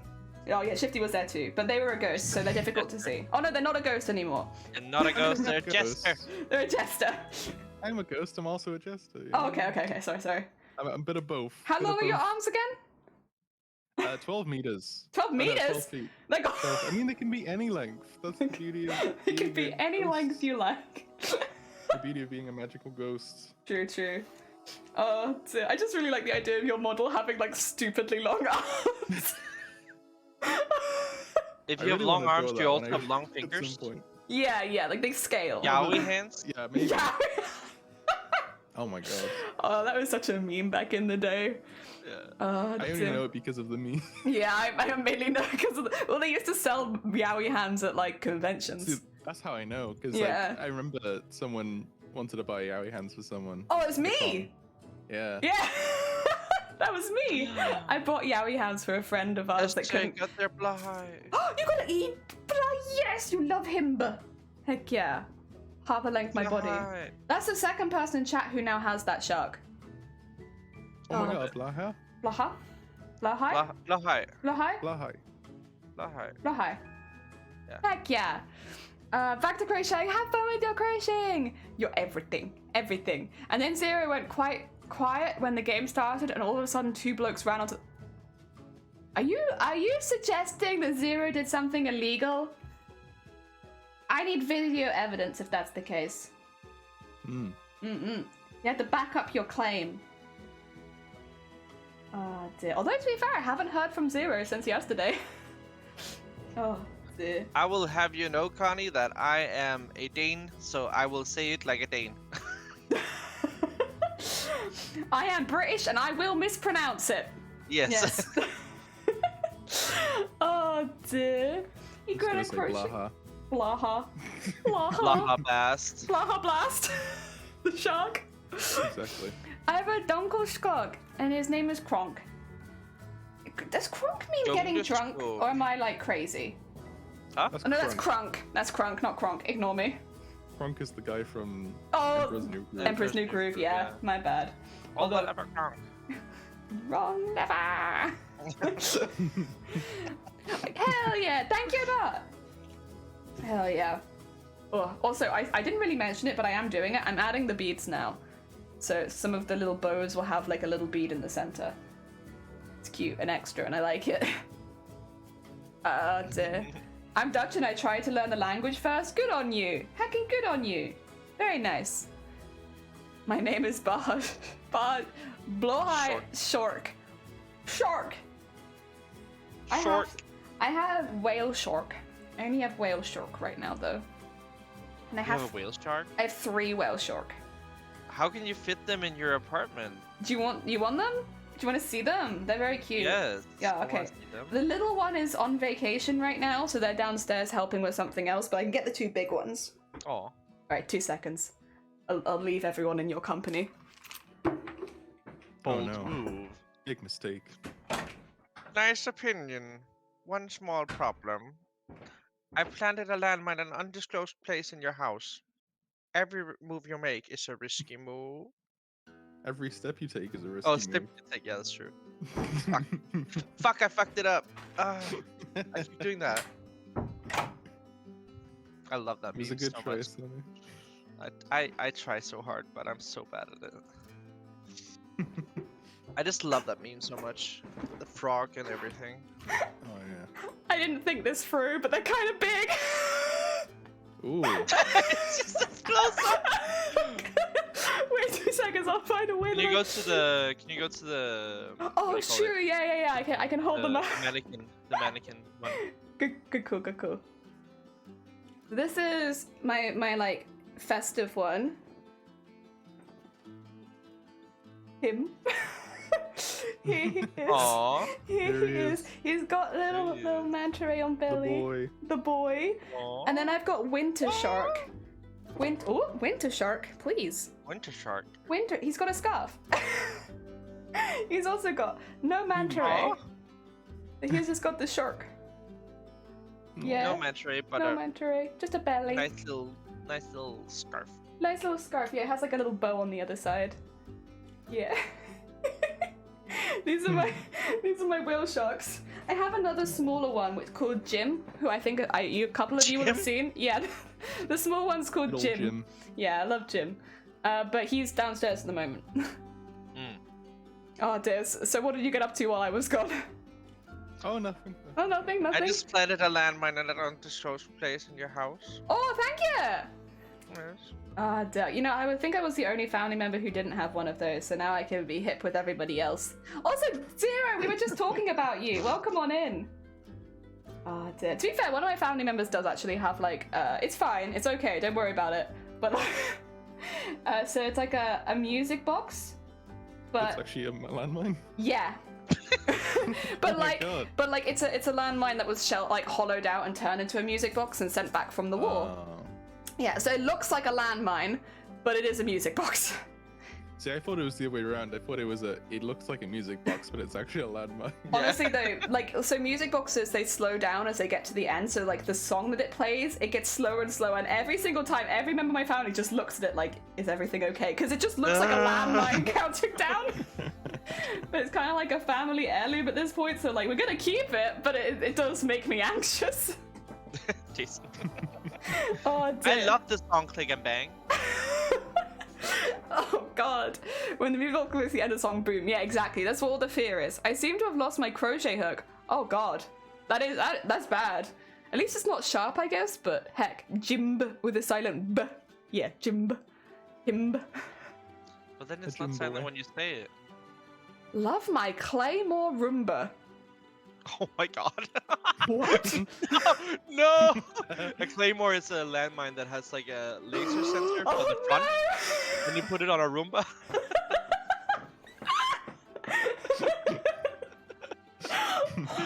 I was thinking of like the sword. Yeah, I know. I was like, wait a sec, what do you mean, like a Roomba with a sword? Yeah, that is also a good thing. I like a Boomba. that. Boomba. A Boomba. Oh my god. I like the idea of that. But yeah, like, I guess because in the war you didn't have as much that you could use to send back gifts, so they would just hollow out weapons and send them back. Oh dear. But you know what? It's a fun thing to scare guests with. I like scaring people when they come over to my house. Oh. Okay, I will never come to your house then. Good. Because you don't want me to. But I've already been there. Wow. Oh yeah, because you planted a landmine. Actually, no, you can come over because you gave us a gift. Oh Exactly. dear. Do you give people gifts when you go to their house for the first time? No, I'm poor. Honestly, understandable. Fair. For some reason, I think it's because of my family, I do. Like, if I visit someone's house for the first time, I'll bring, like, some tea or something. Ooh. Yeah. That's a clever idea. Yeah. Well, That's cheap as shit. it's like, it's not too expensive. You can get like a really small packet of nice tea and bring it over. And especially if you're going over for tea or coffee anyway, it's like, I don't know. But like my I family brought my do own it. tea because your tea is shit. Excuse me? No, like, that's what you're doing. Oh, I see. I was about to go full aggro You on were. there, I was like, oh no. Jelly saw red for a second. I did. I was like, excuse me, whose tea are you calling shit? You were gonna let the intrusive I'll thoughts have win you for a know. second. We only bring the nicest tea out for our guests. Thanks for making me a demon, honestly. Fair. Oh dear. Bateman, welcome on in. I hope you're doing well. Welcome. Thank you for the horn. No, I don't go to people's places. Fair. I don't go to people's places very often, but when I do, I bring tea. Oh, I dear. go very often, but Oh. not for that kind of meeting. So I will say, if I ever do get invited over, I do have a lot of gifts. Oh, wait. What kind of gifts? What do you give them? So I bought some gifts for Christmas that I didn't get a gift. Ah! I've also got a gift from my holiday in Canada. For you guys. From August last year. Hell yeah! I mean, you're I don't welcome think the over. We chocolate's just doing can't really better. host right now because our house is full of shit. Fair enough. But like, well, I mean, you're welcome to. I just have to take you out somewhere else Fair enough. that is fair not enough. our house that is full of. Well, the problem is there's a lot of insulation dust, not asbestos. no. Jesus Christ! Oh my god. Oi, I oi, think oi. that's not legal to have in the house anymore. Actually. Oh no, Actually. England, Actually. Wales. It's not legal to build houses with asbestos anymore, but it is legal to have a house with asbestos in it. Yeah. You just have to announce it when you sell the house. Oh, Yeah.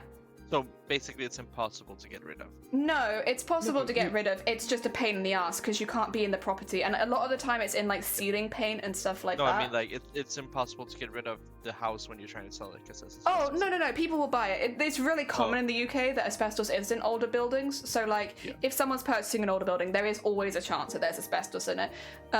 If you're buying it, a lot of people will sort that sort of stuff out immediately, like, before they move in.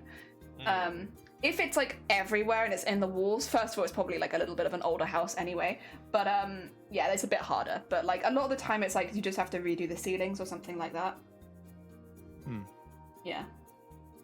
Sorry, building stuff. Wisp stuff. My hook ban is no! My local government just tore down all the houses and buildings. Really? I'm kind of surprised. Oh dear. Guests give Jelly tea when they visit, and she gives them... What disease have I given them? Excuse me, what are you suggesting that I'm doing? Mesopotamia, it's an age of like a I don't know. Sounds like cheese. Cheese? What? I give them cheese. Oh, dear. Honestly, that'd be a fair gift to get by going to someone's house. Hello, I visited your house and I've bought cheese. Oh, as long as they're not vegan or lactose intolerant, I think that sounds nice. You also need special stuff to move it. Yeah, I mean, here there are like, what do you call it? Like teams who can come in and sort that sort of stuff out. You just have to pay them. It's the illness. Yeah. Oh, it's the illness. Oh, okay. Sorry. That, you know what? That does make sense. In context, it makes a lot of sense. Yeah. Although I kind of like the idea of you go over to people's houses and you give them cheese. I think that sounds pretty good. I have given people cheese. When we came back from Amsterdam, I bought lots of cheese because my family really liked cheese. So we went around tasting cheese, and I was like, this one. They'll like these, and I gave them some cheese. There was only cheese does make a good gift. Unless you're lactose intolerant. That is true. That is true. I that didn't go over my head, Shifty. I heard that. Oh no. Jelly, I'm Jelly. Shifty made a cheese pun. Kick him. You can't What? keep I me. didn't even I'll hear live it. forever. He made a Gouda joke. Instead of saying good, he said Gouda. And Gouda's a type of cheese. It's called Gouda. Excuse me. Oh, I'm sorry. Did you speak Dutch or, you know? Are you invalidating all of our Please. Gouda puns? Yeah. Oh. Fun-looking asbestos story. My school found asbestos buried in the ground sectioned off area. Oh, and then they buried it again. Fair. Well, the thing is, with asbestos, it's not a problem unless it's moving. So if you have it like underground, you just keep it buried. It'll never cause any problems. It's just like, you know, if it's in movement that's it's an issue. As long as you don't move it, it's fine. That's why if you have it in like your ceilings, 99% of the time it'll be fine. It's only if you went to like scrape off your ceilings that you're gonna have an issue with it. And like, again, most people don't do that normally. I can't speak for everyone, but you know. Shifty doesn't give. I don't give what? E I damn. don't give a damn, yeah. Oh. Your laugh there? Too easily amused, I feel like.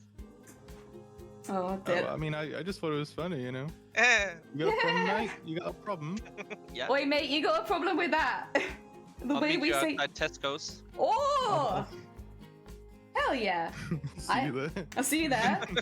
We have to go early though, because they close early on a Sunday. That's true. They do close early on a Sunday. Yeah, so if you want to, meet outside Tesco's when Tesco's is open and so that we can get snacks and stuff, it has to be relatively early. Oh dear. As long as it's not airborne, it's all good. Exactly. Just don't put it in the air and it's fine. One of my old scout halls did have a sign in the kitchen that said, "Don't jump, there's asbestos." Oh my god. A house I was pulling apart had asbestos, and it was only once I began ripping stuff off the walls I was told about it. That's kind of, that is actually kind of bad. You should be at least given like a gas mask and some protective gear. Yeah. Because you don't want it on your skin or in your lungs. Wait, when did it become Jelly versus Shifty? Jellyfish. Oh yeah, no, it's Sonny. It's Sonny that I was gonna fight. Although I could definitely take Shifty as well. No, Yeah. I was gonna fight Shifty. That's very. Oh, you're bold to fighting assume Shifty? that. I thought you were fighting me. No. Oh yeah. I lose. Well, I get to. Yeah. You're made of jelly. You I, just consume me or something. Oh yeah, and then I could have a Sonny avatar. True. Yeah, three-way. Let's go. If anything, Jelly versus Shifty versus Sonic. if anything, I should consume Sonny and Shifty, and then I'd have 2 new forms. Oh I dear. mean, look. I'm not a betting man, but I'd put money on myself. I'm not gonna lie. Really? Well, the thing Yeah. is, if you no, actually, I'm not gonna say that. How tall are you, Shifty? He's I'm like 6'2". No, that's not true. shit. You're like I am. 24 foot. You have to be for your arms to be 12 Oh yeah, well, I am foot. 24 foot as well, but depends on how I feel on the day, really. Yeah, how threatened do you feel? I don't feel threatened. Jelly versus Shifty at Tesco's parking lot. That's my next stream. Yeah. Jelly versus Shifty versus Jelly versus Sonny in a Tesco's parking lot. Free for all. Consomme? Oh, consumed. My God, Jesus Christ. Consomme? I've got food on the brain again. My bad. Oh dear. That coffee was delicious though. Very, very tasty. Oh. I haven't even had a tea yet. Oh shoot, you need to go get something. Go get some tea. Go get some tea. Requires me to get up. It's feeling threatened. Just stand up to your full height of 24 feet. Yeah, that's true actually. Canonically, I'm only 30 centimeters tall, and you're 24 feet tall. You might not even see me. It'd be like Attack on Titan. Yeah, honestly, it would. Oh, I kind of like the idea of Attack on Titan outside the Tesco. How tall canonically are you, Sonny? Because you have a VTuber on the way as well, right? I mean, it's not really me. It's like I've just made VTubers of characters like OCs. So. Oh, okay. But okay, in that case, how tall canonically is the OC? Average height. They're Oh. just humans. They're just boring humans. Oh, you're getting crushed. Yeah, unfortunately, this might be the bad then because I'm gonna be really small and Shifty's 24 foot tall, so. Meanwhile, my character's just standing there with his suitcase because he just arrived. Yeah, I don't know if your character stands a chance in the Tesco's car park fight, to be honest. Yeah, I think you're all. I mean, I told you all. I warned you. I think I could win because I'm so much smaller than you. I think you wouldn't find it easy to catch me. I'm gonna be really quick and nimble. What would Shifty's attack on? Yeah, what kind of Titan would you be? The Jester Titan? Yeah. Ghost Titan sounds legitimately kind of threatening, though. Either that or Ghost Titan. Yeah, that'd be pretty good too. Jester Titan sounds kind of like it's not that bad. Ghost Titan sounds actually quite scary. It's terrifying. Yeah. The cheeky Titan. The caked up Titan. Caked up Titan. I mean, all Titans are caked up, really. That is true. It goes That is without true. saying. Oh no, Con. I just like the idea of Sonny and Shifty's avatars floating around inside Jester. True, I could technically expand, but I don't know if I could expand 24 feet. I feel like I would be a wisp of a jelly at that point. Bless you. Bless you. Thank you. Thank you. Attack on Titan is a Tesco's parking lot. It's basically well, that's what the fight would be like. It'd be like me as like Survey Corps, and then Shifty as Titan, and I guess Sonny is confused onlooker who just arrived in the country. I'm just on a holiday. Just here to like, just like, survey the local Tesco's. Oh dear. On the plus side though, it'd be a very easy place to go buy snacks while you watch the fight. That is true. Yeah, snacks on hand. 24/7 most days. You're gonna bring out knives and beat everyone? But how? I mean, you have to get up 24 feet in the air. Can you fly? Because I can. I can fly. Not very fast, but I can do it. I'm a jelly. I'm a sprite, so I can go up in the air really nice and easy. Oh dear. There must be a dimensional hole in the room because I don't... It's just gone. It's just gone. You need to get a new one. Have you got any animals? They might have taken it. The cleft titan has breached. What does cleft mean? I thought that was the bit in your mouth. Same. Yeah. No, it's also like a creek, not a creek, like a crack in the ground, I think. Oh. It's the split in your upper lip. Yeah. Yeah, that's what I that. thought. Oh dear. The new Attack on Titan. Yeah, new Attack on Titan movie right there. Hamstrings. Just cut up. Oh, true. Yeah, that would get them to kneel, right? Attack on Titan plays jelly, shoots out and sits around shifty. I want that from Sonny's perspective, though. Just like eating snacks on the ground, like, Britain, huh? This is what Britain's like. Clef means, oh, it means split or divided. Thank you. I was confused. I am less confused now. Oh, dear, no pets. It's just gone. Heck. Oh dear. I like this. This is the world. Yes. Yes. This is the world. Maybe we could do an extra ford as well. There's a river overflowing in the background, just so that the stakes are even higher. Oh dear. There we go. What was it called? World building. That's what you do, Shifty, right? This is certainly world building. Yeah, I'll this tell is you world that. building. When's the next D&D campaign happening outside of Tesco's car park? Honestly, I wish I knew. Means I'd have to organize it. Oh no, honestly fair. Ford Rose has been breached! Hell yeah. Oh dear. I'm gonna pitch that to my party now. Yeah, D&D campaign composed entirely in a Tesco's car park. What was it? Like Isekai, but to Tesco's. I mean, yeah, I guess so. Yeah, Tesco's Isekai. Oh, I'm still really missing. There was a show that came out last season called Campfire Cooking in Another World. I miss it. I really miss it. Oh, speaking of anime, there is an anime that I would like to discuss, if that is okay with both of you. Yeah, yeah. It's a new anime. I'm not a weeb. Get out of here. No, get in here. Be a weeb. You're outnumbered. You're outnumbered in the Tesco's car park. No, there's an anime that aired its first episode yesterday. It's like called what's it? Something no Kokoro no Yabai. No cock. Kokoro, no Kokoro, Kokoro, no ya boy. That's not even real. That's not even real. I think it's like translation is my dangerous heart or something like that.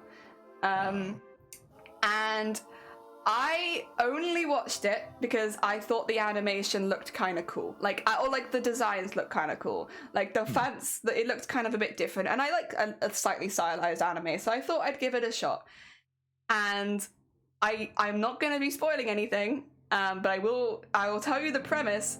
It is meant to be like a comedy slice of life from the perspective of someone who wants to kill everyone in their school. Oh. Jesus. I know! And I was not ready. You see the tags as like comedy slice of life and stuff like that. It initially starts with, here's how I've planned to kill this girl in my class.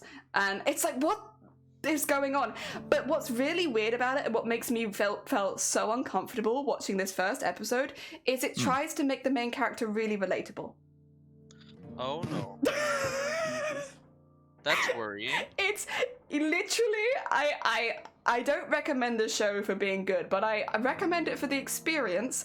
I felt so immensely uncomfortable watching it because it's like, it tries to make him seem like quirky and fun. And he's like planning to kill people in his class. It's like, I literally was talking to Shiny about this morning and Shiny looked on the Reddit for it, and everyone was like, I had to skip bits of it because I literally couldn't sit there and watch the show try and make me relate to someone who wanted to kill people. Like, you know, shows do have bad protagonists or like antagonists a lot, like, and that happens, like, and that can be really, really good, but that's not how this show sets it up. This show sets up this character as someone you're meant to support and root for. Wow. Yeah, it's something. It's definitely something. Maybe I'm just not like the target for that kind of edgy content, but like, highly recommend for people to check it out. Just the first episode, just it's out, just to see what they think, get some second opinions, because I really struggled to finish the first episode, like really struggled, and like You're really selling it well. yeah, good. I sell it as like an experience, but like it's gonna be a full anime. The thing is, it's meant to be like a romantic comedy. Sorry, it's really difficult to describe this comedy between the main character and the girl he wants to kill. Okay. And like he does fantasize about killing other people in his class as well, but the way it's kind of framed is like, you know, he has one knife, it's easier just to kill one person, so he's targeted the most beautiful girl in school, and the only reason he's targeted her is because she's pretty and would look good as a corpse. I feel uncomfortable. Yeah, that's how I felt. I went into this expecting like a comedy romance, and like I didn't laugh one time. I didn't find a single thing funny in that first episode. Like there was nothing funny about it. And it felt like you could either take this down a very psychological route and have it like, you know what he's planning and you're just hoping it doesn't happen kind of thing, or maybe make it a bit more lighthearted, more like Assassination Classroom, where like, yes, killing people is part of the plot, but it's very lighthearted and like silly.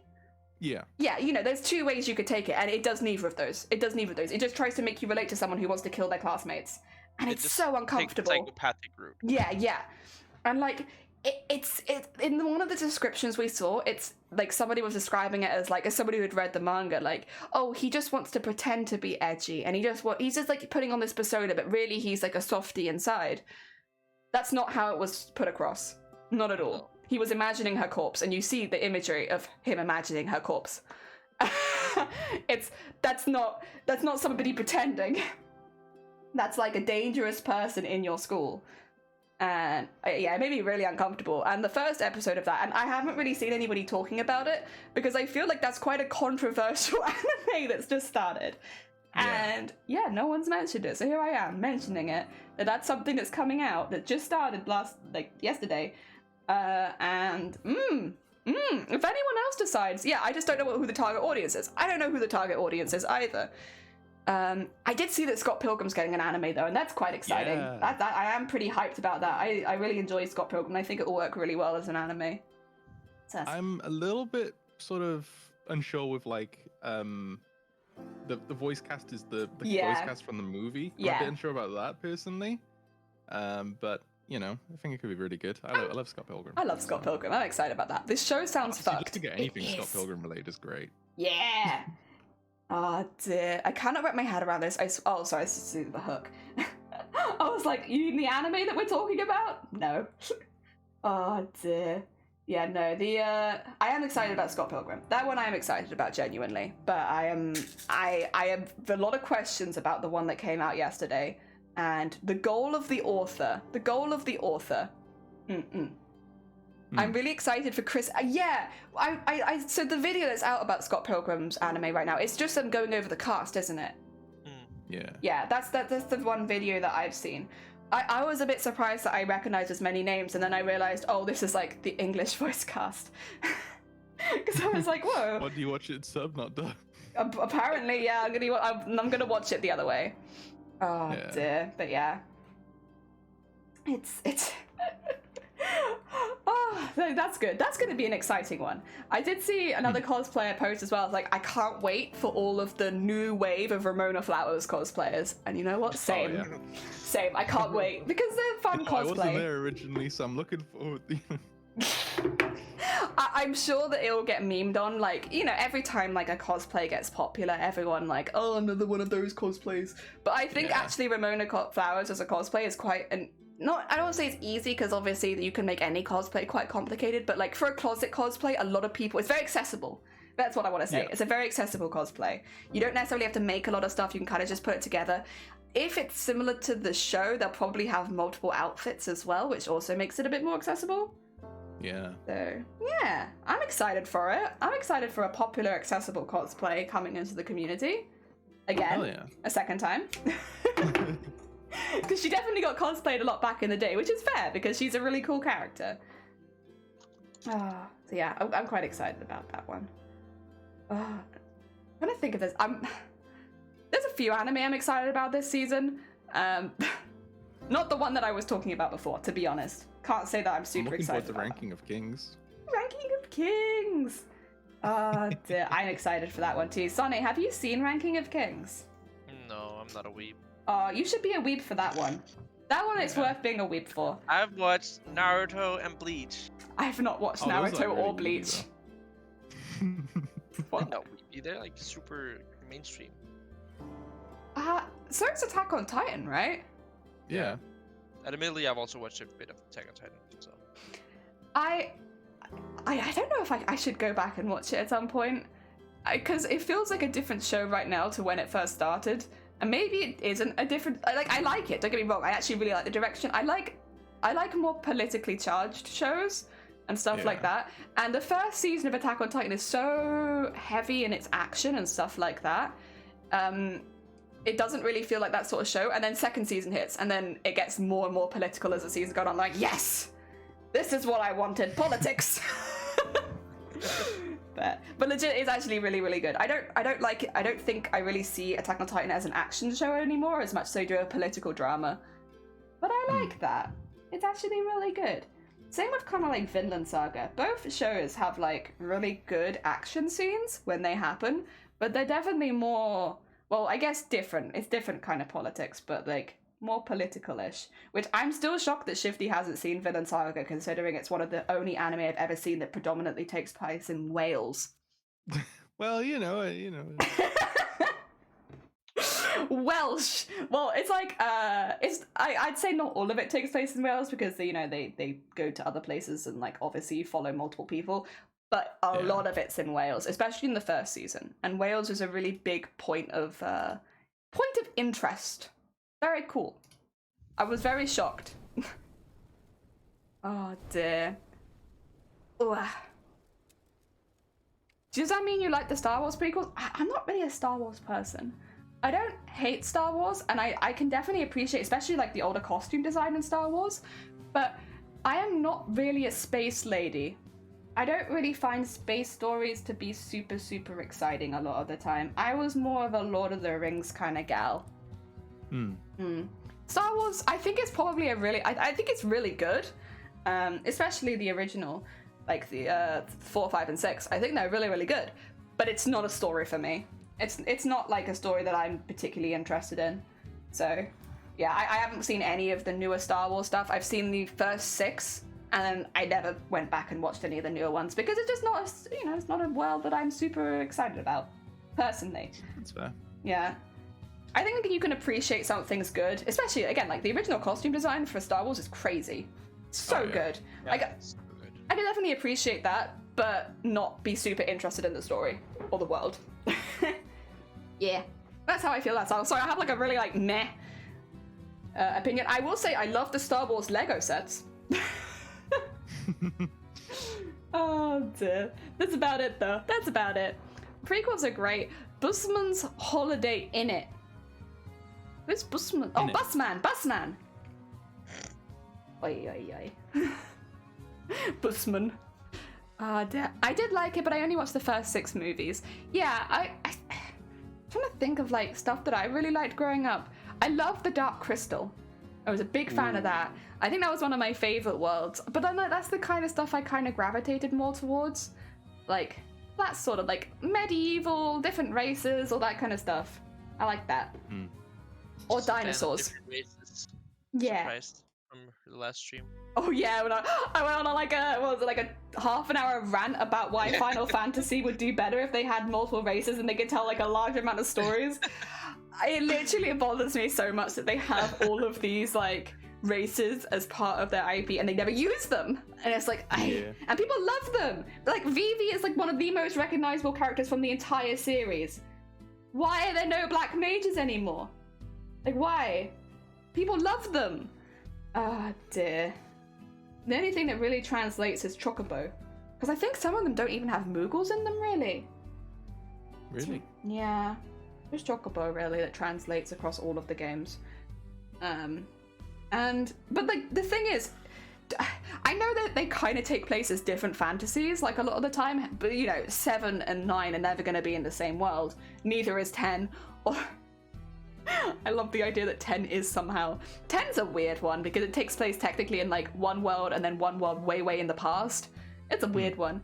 Blitzball, however, translates through thousands of years apparently. It's like underwater football. They go back in time like thousands of years and they're still playing Blitzball, which is just underwater football. Blitzball, let's go. I hated Blitzball. It's one of my least favorite side mini games, especially because it's like compulsory in a couple places, and it's just underwater football. That's all it is, and I hated it. I hated it. Oh dear.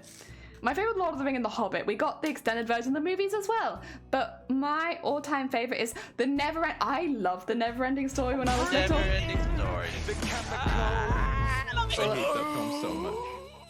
What was that? Dog dragon. I said I hate that film so much because it's an absolute lie. The story ended. It did end, yeah. There was a runtime. My parents actually didn't like the story though, so a lot of the time I'd ask to watch it and they'd be like, no, we're gonna watch something else. Because I really liked the Never-Ending Story, but like, they didn't really like it. Also, Unpredictable, welcome on in. I hope you are doing well. We are doing some smarking. And we're talking about films that we like, or film series that we like, or dislike. I'm trying to think of other ones that I really, really enjoyed or didn't enjoy growing up. I watched Finding Nemo like 100 times. Oh, did you watch The Rescuers? Yes. Yes, I did. We had it on video, actually. Yeah, same. I had it on VHS. You want to come say hi? Sure. If you have some movie stuff to participate with, come on in. Oh, dear. Yeah, I didn't... I've never finished Labyrinth. Oh, I know. I've been meaning to. Oh, you don't? You've never seen Labyrinth? Oh, that's quite a. It's quite a. But would you call it a cult classic, Shifty? Yeah, I mean, it wasn't very popular, and then it became really popular. Yeah. I guess after a while. It's really great though if you like puppets. Yes, if like the costume design is fantastic as well. Like, oh yeah. Yeah, the design of that, like from an artistic standpoint, Labyrinth is fantastic. My favorite thing is when people cosplay David Bowie from that movie because he wears the outfit he wears. It's like really tight around the waist. Yeah, it is. They always add like a bulge to the bottom whenever someone cosplays. Yeah, it's a very bulgy kind of cosplay. Yeah. Oh dear, you saw the DVD of that movie? Heck yeah. Oh dear, what is it? I like the Dark Crystal. There was another one that had like really interesting Pan's Labyrinth. Pan's Labyrinth. Pan's Labyrinth is fun. Have you seen that one, Sonny? No. I think you'd like Pan's Labyrinth. Hello. Who's that? Unpredictable. Oh, Unpredictable. Welcome on in. Have you seen Pan's Labyrinth? Yes, and I regret every minute of it. What? You don't like it? Terrifying. That was one of my favorites.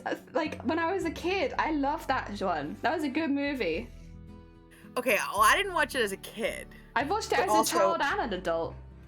It's terrifying. Which bit? No.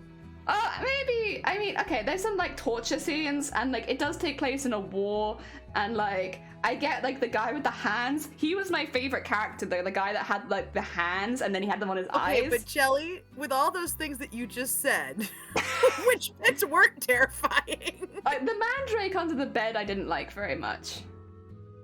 That kind of made me feel uncomfortable. Like because why did they put? Was it to help because like the mother was pregnant, but the pregnancy wasn't going well or something? So they put a mandrake under the bed, and it became like a baby.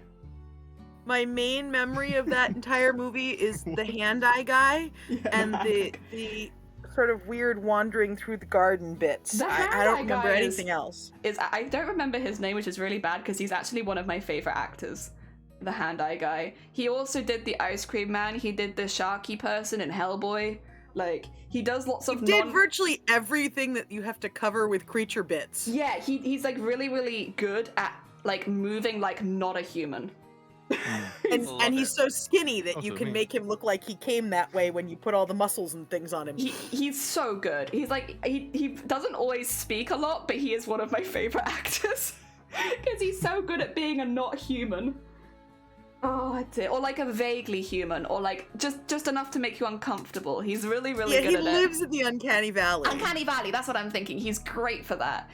I watched Everything Everywhere. I know some people have really enjoyed that, and it's on my list of things that I would actually like to watch one time. Yeah, everything, everyone, everything, all at once. I can't remember the name. But I do want to watch that. Yeah, didn't that win some awards as well? Yes. Yeah, it won a lot of awards. Yeah, didn't it win like 1 or 2 awards? You know, like something big. Like 5 or something, didn't it? Yeah, it did pretty well. And a friend just invited me to go see the Dungeons and Dragons movie. It's supposed to be really good. Yeah. Yeah. I've heard people enjoy his excellent hand-eye coordination. Oh, ha, ha, ha, ha, ha. I see what you did there because he has eyes on his hands. Oh. Fun. It's Mac tonight. Yeah. He's such a good actor. I love him. I don't remember his name. I just know that I love him. I think he's great, and he's just so good at being a not human. And honestly, that's all I ever want to be. I just want to be a not human. Jones. Excuse me. Doug Jones. Jones? Doug Jones. Oh, Doug Jones. I thought you said Tom Jones initially, and I was like, I am 99% sure. Well, you know, it's not unusual. I heard Germans, and I was like, it's not unusual for Tom Jones to become a shark boy. Oh dear. Oh, the handyman. I thought it Germans and implied that Germans weren't humans. I was like, okay. They are like controversial. Germans are humans. That's such a weird conspiracy theory. I'm sad that people are saying the D&D movie is good because I was really excited to shit on it with my party. Well, I'm kind of glad though. I mean, I will say D&D has generally got more accepted and more popular over the last 10-20 years, like over time. Like it's just more like a less of a taboo thing than it used to be, for sure. But yeah, I'm kind of glad because we're past the satanic panic. No, we're never past satanic panic. Always satanic panic. But like, it's not so much with D&D anymore. But I do like the idea that D&D is satanic. But then again, okay, sorry, it's a controversial topic, Satanism, right? Yeah, I mean, I don't know what you're talking about. That's pretty normal topic. Which sect of Satanism? I mean, really, there are just as many as there are Catholicism. Yeah, but like generally the overview of Satanism is just that you love yourself above everything else. And like, so honestly, aren't half of the people on social media accidentally Satanists by that logic? Because like, I actually agree with the love yourself and like put yourself first and stuff like that, especially when it comes to your health and happiness. I think that's really important. The only thing that I can't get on board with Satanism is they don't celebrate Christmas. And I really like Christmas. Pretty sure you can just celebrate midwinter. Yeah, you probably could do that, or the solstice or something, but like, I don't know, man, I really enjoy Christmas food. But other than that, it's just that you celebrate your birthday as the biggest event of the year, which, I'll be honest, with the people closest in my life, I do that. Yeah, like their birthdays are the biggest celebrations of the year for me. And my birthday, whenever it's my birthday, or like it's near my birthday, I will constantly tell the people like my family and Shiny and stuff, I'll be like, it's my birthday month, so you have to be nice to me. It's my birthday month. My month is the month of my birth. It's my birthday year. It's my birthday year. So I'm already doing the Satanism stuff, apparently.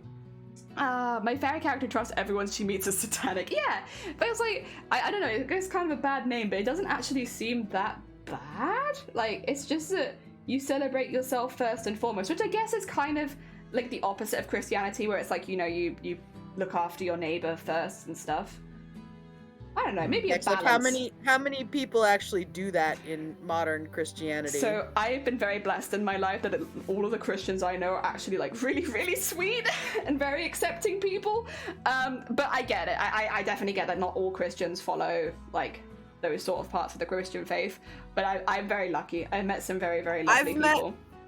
I've met more people that are not Christian that follow the Christian faith just because they incidentally are very good people. Yeah. Than people that I've met that harp about being Christian that just don't. Yeah, I also want to be very, very clear that we are not anti-religion in this chat. Just before anyone says anything that I then have to like kick them for, because like, you know, at the end of the day, whatever you believe in, whatever you follow, as long as you're not hurting anyone, I think that's fine. You know, yeah, the only thing I don't believe in is the level of bad that comes to any organization. You know, like when an organization is corrupted for purposes not its own, that's what sucks. Because religion is easy to do that with. Yeah, but that's more like people... That's not the religion itself. Yeah, and it's not every... I don't think it's reflective of every single person in that religion either. Absolutely not. No. So that's why I want to be very clear, like when we're talking about subjects like religion, that anyone is welcome here. Please don't shit on people's religions, because I can't stand that. I can't stand it when people come in and be like, you disgusting Christians. It's like, just because you don't believe the same thing they do doesn't mean that we have to like be nasty about it, and it doesn't make you a bigger person. To do that. One of my favorite things to do when I lived in DC was to argue religion with whatever the street preachers were. Whether it was people that were like trying to introduce you to their religion or just people that wanted to talk about religion. And when I say argue, I'd like to clarify, I mean have an intelligent debate. I don't mean yelling or conflict ever. Yeah. I just would be like, so tell me about this. And I'd be like, okay, well, I believe this. How does that fit in with your this? And like, we just talk for like an hour about what their thing was versus what my thing was. And it was always really interesting to see, you know, where people's beliefs came from and why they cherished them so much. And, you know, it was always very intriguing. Yeah, I mean, for a lot of people, religion gets them through a really tough time in their life. I know that's when a lot of people I know found religion is, you know, they found a community within that religion, and going through that is something that's really helped them through a bad time in their life. I think as well that's also why sometimes people get very defensive when people ask probing questions about their religion, because it's something that's really helped them. I do think it's important that something that helps one person won't necessarily help other people, and you know, shoving anything down someone's throat, whether it be atheism or religion, it's not great. Definitely not a great way to get people to see eye to eye with you. But you know, if you have someone in your life you can talk to about religion and stuff like that, like I've lived with Christians and sometimes I've asked questions like, well, why do you do this? What's the reason that you do this out of interest? And I think it comes from just respect, right? You know, there are times where you don't push boundaries and there's times where you do, and just respecting if you have them as friends and family, their views. And like, okay, I might not agree, but we respect. As long as humans' rights don't come into it too much, that's the only caveat, which with the people that I know, it never does, but you know, obviously I know that's you not have the to same respect abroad. other people's right to their own attainment too. Yeah. Oh dear. So religion is a very touchy subject, but I don't mind breaching it as long as everybody's respectful. I think that's it's one of those things where like I'll talk about piss because I know people will be respectful about piss. Everyone's going to respect my opinions and stuff like that when it comes to piss, and if they don't, I'll ban them. But like religion is something that people get very, very up in arms about, and I've seen some very intense takes from both sides. Yeah. And it's a shame. I think a lot of the time people just don't respect people with a different who make a different life decision to them. And again, I think that comes on both sides. I've seen a lot of edgy atheists who decide to attack Christianity, as well as Christians who try to force atheists into their religion who don't necessarily want to. It comes from both sides. Isn't it interesting that atheists can get just as like crusade-y about their atheism as some people can get about their religion? I think like it's really about how powerfully you believe in a thing and how much it does or doesn't upset you that somebody else believes something different. Yeah, it's just people choosing not to respect, and it's sad. It's very sad. I think a lot of the time, for me, it just screams insecure if you have to do that. You have to justify yourself that heavily, like you maybe have some issues. Trying to say that piss is, shoot, you're bad, my bad. No, well, so here's the thing. I guess technically, yes, we are taking piss donations in chat, and we do pray to the mighty duck in the sky. So I guess technically the donations do go towards the mighty duck in the sky, but you could donate other things like, you know, food. Maybe the duck would like some, what's a safe thing for ducks to eat? Seeds? Duckweed. Peas. Duckweed. Maybe you could donate some weed to the duck in the sky.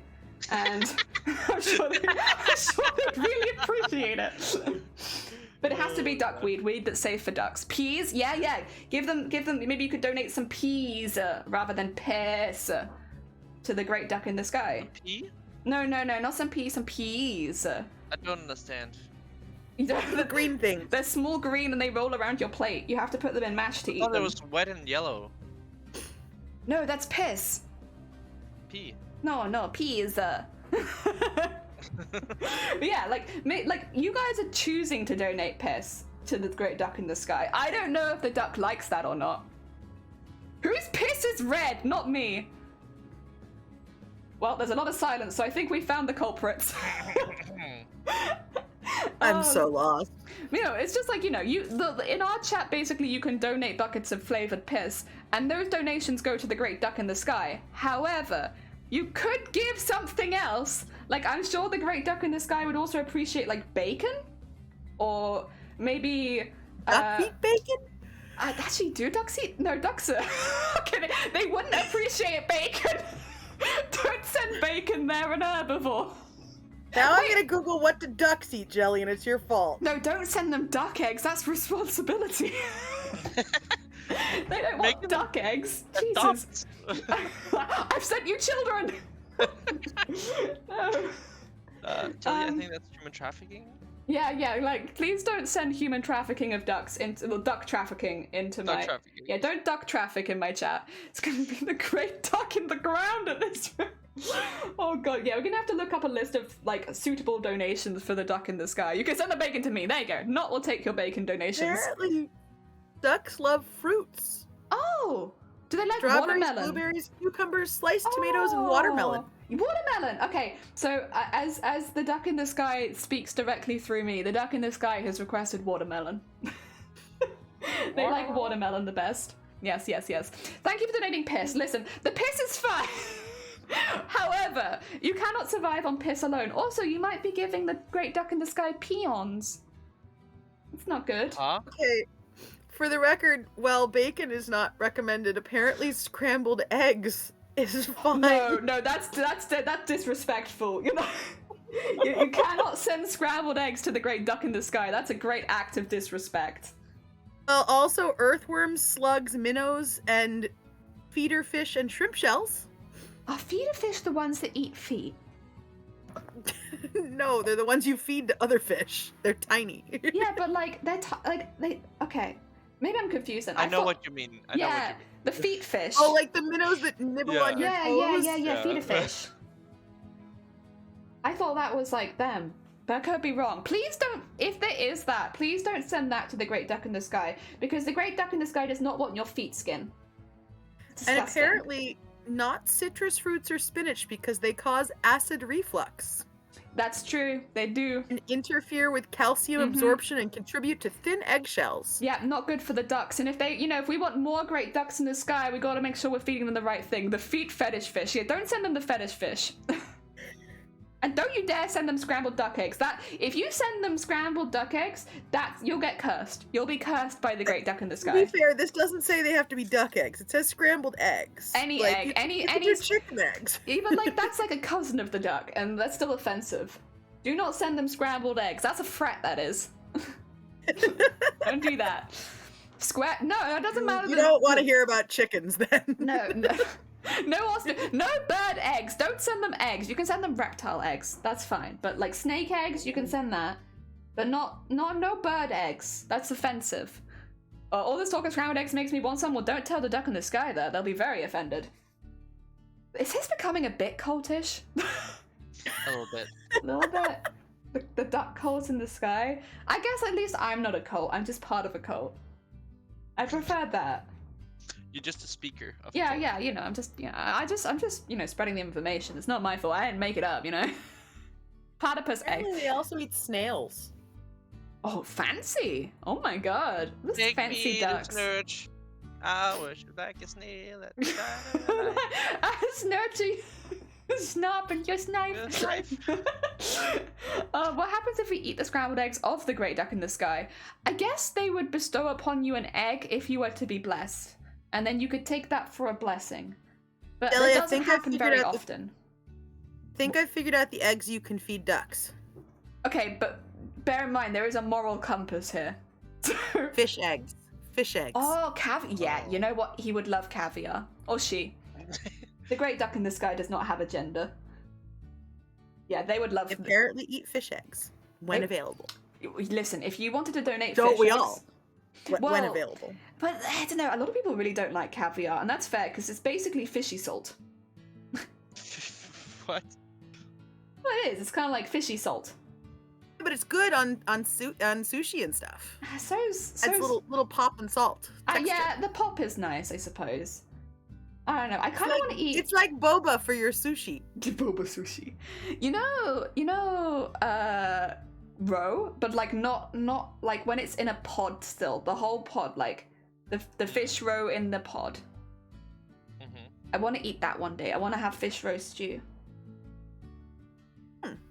We don't really have it here in the UK, but I really want to try it. Can I pull a Bloodborne and get powers and psychosis? Well, I would like to imagine that the duck in the sky does not give you psychosis. They just want to bless you, you know? It's just a blessing. It's not a curse at the same time. I guess if you donate, maybe they gave you an egg and then you immediately donated back scrambled egg, maybe you'd get it.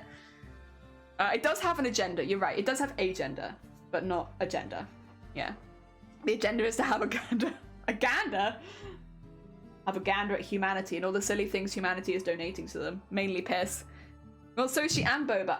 I've never had the milky boba. I've only had fruit boba, and I wasn't super keen. I think... Actually, Shifty, did you have some of our fruit boba? Because I think we took it to your house afterwards.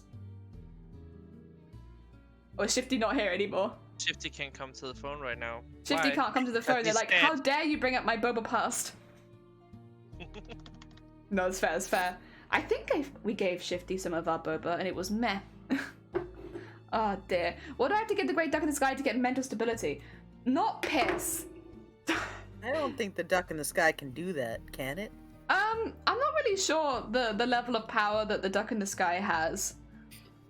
They can give you an egg, and if an egg is your mental stability, then hey, maybe. It really depends what mental stability is to you. If it's an egg, then yes. Oh dear. Maybe just a bad boba. Could be. I've only had it once. The great duck in the sky is like, why the heck are the humans keep giving me so much piss? Yeah, the great duck in the sky is swimming in a lake of piss right now. I'm very confused. Like, they're thankful that you think of him, but like, or her, but they're not happy with the donations. Oh dear, they would prefer some delicious watermelon. Or maybe the eggs of fish. If the great duck can grant mental stability, I'm on a quest. Well, they can grant eggs. Are eggs your mental stability?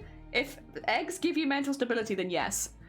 What do I have to give the duck to get mental instability? I honestly, Jason, piss would do. Piss will do it. Oh dear, I'm hungry now. Not talking about piss, talking about eggs. Just to be very clear. Piss doesn't make me hungry. Eggs are protein. Protein is good. Where'd you find it? Oh yeah, you found a hook. Heck yeah. I need to have a drink really quickly. I'm sorry. Please consider donating fish eggs in the meantime.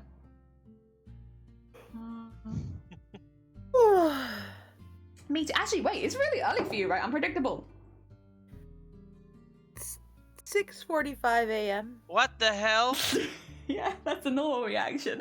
What the heck? Why Have you not met me? Never in person. Only online. Yeah.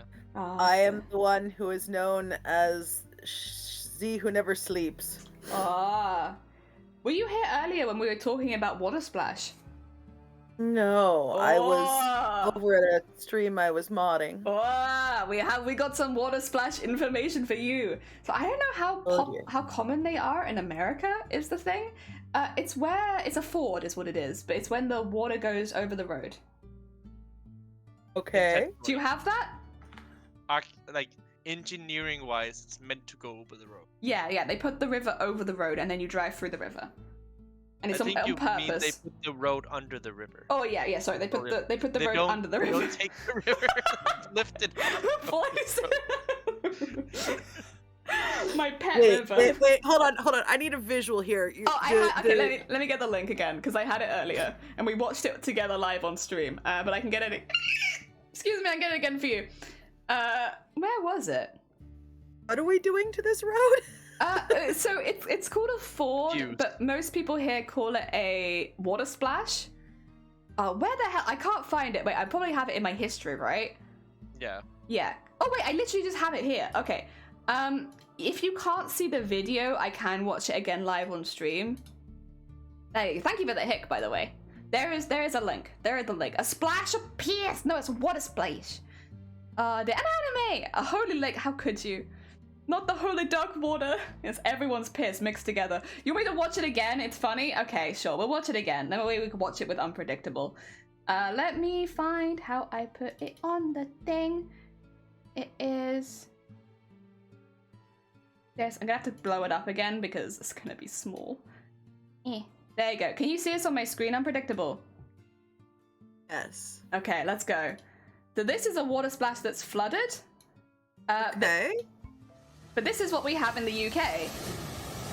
I've seen cars floating in here before, and vans floating. I've seen people drive down the river just there. This is why GPS will take you through these things. this That is every picture I've seen of like floods in the United States. Yeah, so these are flooded fords technically, but it's also there on was purpose. A Lamborghini down here a good sort of 3 or 4 months ago now. That came through. I've seen a Rolls Royce down here. There's a golf club just up there, so you see a lot of the luxurious vehicles coming through here. No, it's not really, but it kind of is.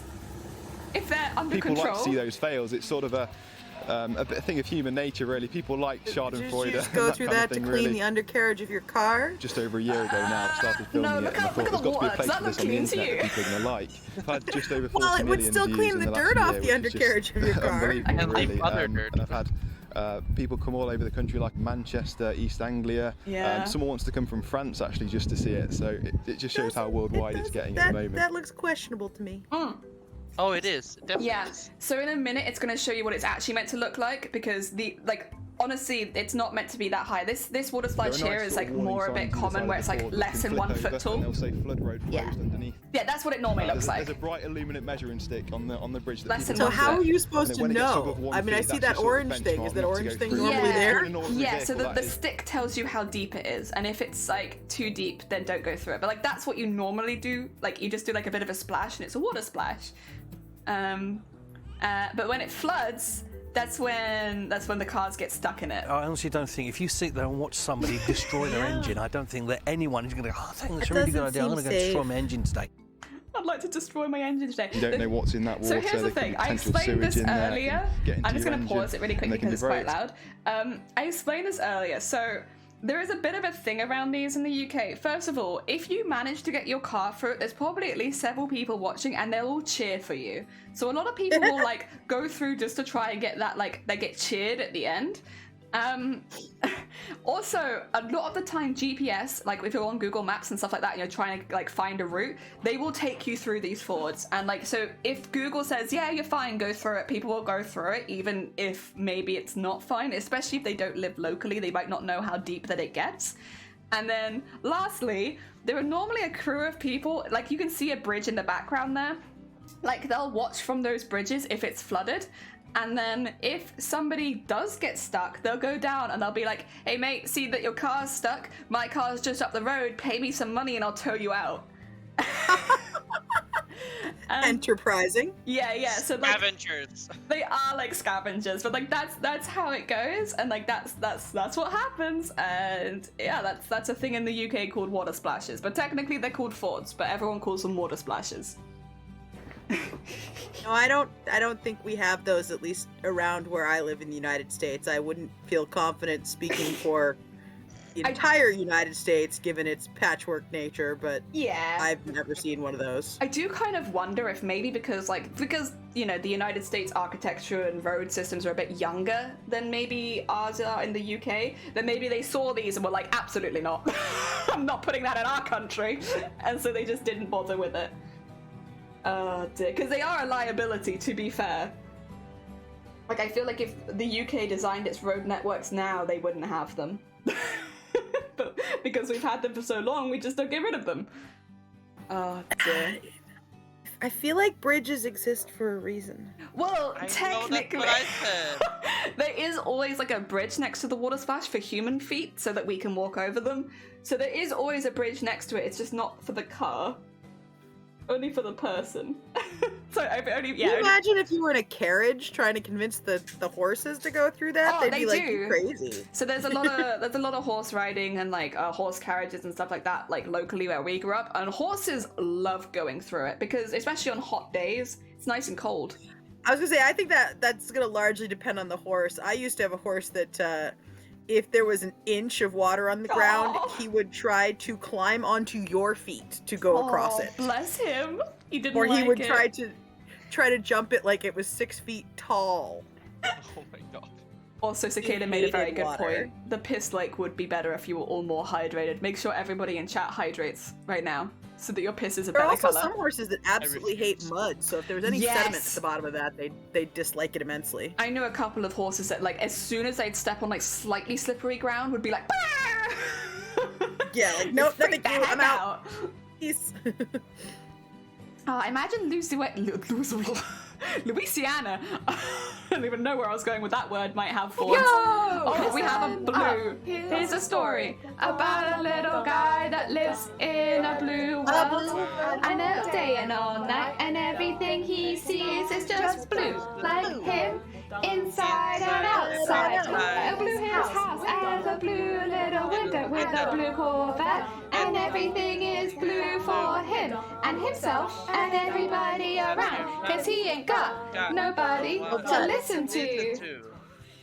Yeah, I'm blue, dabba dee dabba die, dabba dee dabba die, dabba dee dabba die, dabba dee dabba die, dabba dee dabba die, dabba dee dabba die, dabba dee dabba die. I'm blue, dabba dee dabba die, dabba dee dabba die, dabba dee dabba die, dabba dee dabba die, dabba dee dabba die, dabba dee dabba die, dabba dee dabba die. Thank you for the blue. Time to drink only beetroot juice. That's a plan right there. Having it the opposite, like humans have to walk through it while cars have a bridge. That's the new Ford. The new Ford is make the humans suffer and the cars can go over the bridge nicely, but no humans on that bridge. That's bridge. I for might be cars. treating your cars too pamperedly. Aw, you've been nice and pampered the cars. Also, Runa, welcome on in. I hope you're doing well. Happy Sunday. Coffee morning blue is better because everyone joins in. Yeah, we have extra singers.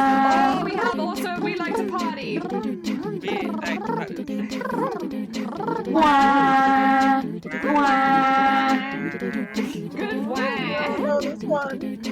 We like to party.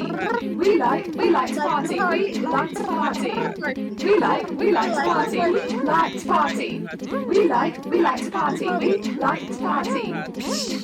The Venga bus is crowded and everybody's jumping. New York to San Francisco, an interstate free disco. The wheels are still are turning and traffic lights are burning. So if you like to party, come on and move your body. I'm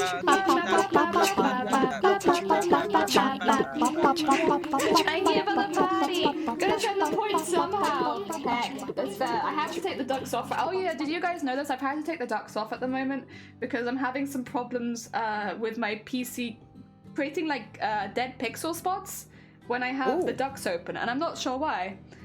So maybe it needs an update, maybe there's something that's gonna happen, I'm not sure. But whatever it is, it's like been making it very difficult. Like as soon as the ducks are in the background, it like destroys parts of my screen, and I'm not sure why. So That's not good. Jelly is the most unlucky person at the moment. No, I'm not that bad, because you know what? It was really easy to fix my tooth. So all things so it's not that bad. Jelly! Well, no, it was really easy because I thought I was going to have to go in for another session after all the scans and stuff. And they were like, nope, because none of the tooth is there, we can just make you a new one. And I was like, oh, okay. And it was really easy. And it actually didn't take that long either. And it didn't, I mean, it did hurt, but that's only because I asked for no, what do you call it? Not the sedative, none of the anesthetic. Yeah, because I wanted to be able to eat lunch, which in hindsight was stupid of me, because you can't eat lunch after you have a new tooth put in because it's soft. Oh. So I couldn't eat anyway. But you know, like, there was logic in my head of being like, if I don't have anesthetic, I can eat lunch. But I couldn't eat lunch. But yeah. It was a good theory. Yeah, I tried my best. I was trying to big brain it. Jelly, but I'm not unlucky. It was easy to fix my tooth after I ate a rock. No, but it was. It could have been so much worse. And we were also worried that there was like some shard of tooth that had gone into my jaw. And it wasn't. It was just my jaw was sprained. So, which was really lucky because that would have been a hell of a thing to fix. Jaw procedures are not fun. Not fun at all. And I would have had to be out of streaming for quite a while if that had been the case. So I was actually very lucky that it wasn't that bad. And thank you for the like, anime. And like, all things considered as well, like, I'm trying to look on the bright side a little bit because a lot has happened the last couple of weeks. But I'm like, okay, negative. We've had, like, within the last couple of months, COVID, norovirus, and the throat one. Positive. We're immune to them for a little while at least.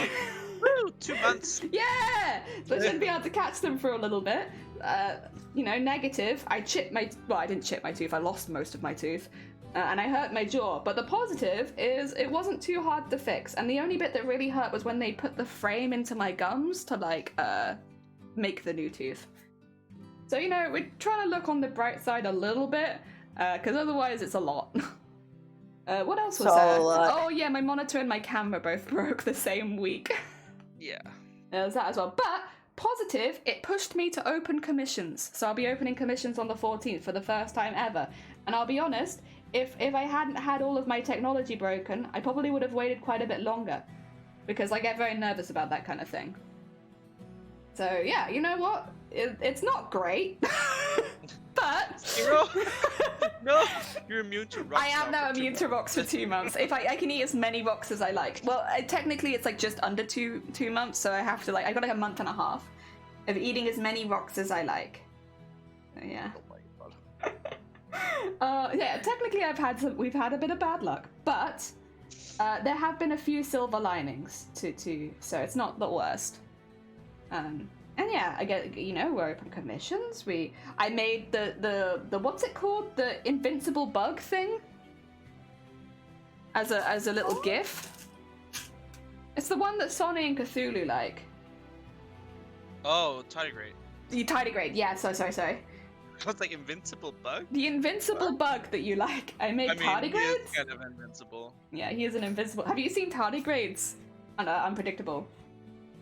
Yes. I had never heard of them. They're like the. They look like little bears. With 6 legs. Yeah, they're called water bears, aren't they? Is the other name for them. Yeah. Yeah, I'd never heard of them until yesterday when people were like, make a tardigrade, and I was like, what? Excuse me, what did you say? Bless you. Oh dear. No, it's tardigrades, so I've got some tardigrades now. I've got one dragon that I like. I want to make a Welsh dragon, and I want to make like a D&D cave dragon. I try to think of any other dragons. I'm in the market for if there are any animals people want to see made into GIFs. Biblical angel. Oh, biblical angel, yeah. I got that one added to the list. We've got biblical angel on the list. But I'm trying to think of it. What are the gifts for? Unpredictable. On the 14th of April, I have my 3-year stream anniversary. Now, a few people have been very sweet and have donated some money to help me fix my setup, which was very, very kind of them. But I'm British, so I don't really feel okay taking donations from people, even if they donated not wanting anything back, because, you know, it just makes me feel a little uncomfortable. So what I'm making is, you know the little stream buddy we have in the corner that can speak, like our little jellyfish? Mm-hmm. I'm making some of those so that anyone because everyone's donated more than 10 quid, so anyone who donates 10 quid or more, I'll be giving, they can have an adoptable little stream buddy. That's very cute. Well, otherwise I just don't feel okay taking them. I'll charge back everybody. I'll be like, thank you for your donation. Have your money back though. It's the thought that counts after all. So, yeah, I just don't feel comfortable really taking the money personally. Especially because I feel bad because I had like a really bad week and I almost, how to put it, I don't like talking about that sort of stuff on stream, especially when it comes to like stuff like financial, like when stuff costs money. I try not to bring it up because I don't like people feeling like they have to donate, and I feel like because I'd had a lot of it happen live on stream, I feel really bad having mentioned it, and I feel like a lot of people felt like they had to donate, and I didn't want it to come across like that. So now I'm giving back to everyone who did because I just don't feel okay with that. It's why I don't tend to bring that sort of stuff up if something's gone wrong. It's just last month, pretty much everything that everything that could go wrong happened at one go. Like I've just mentioned like a very small amount of it, but we had a few other things which were less financial that I did talk about happen as well.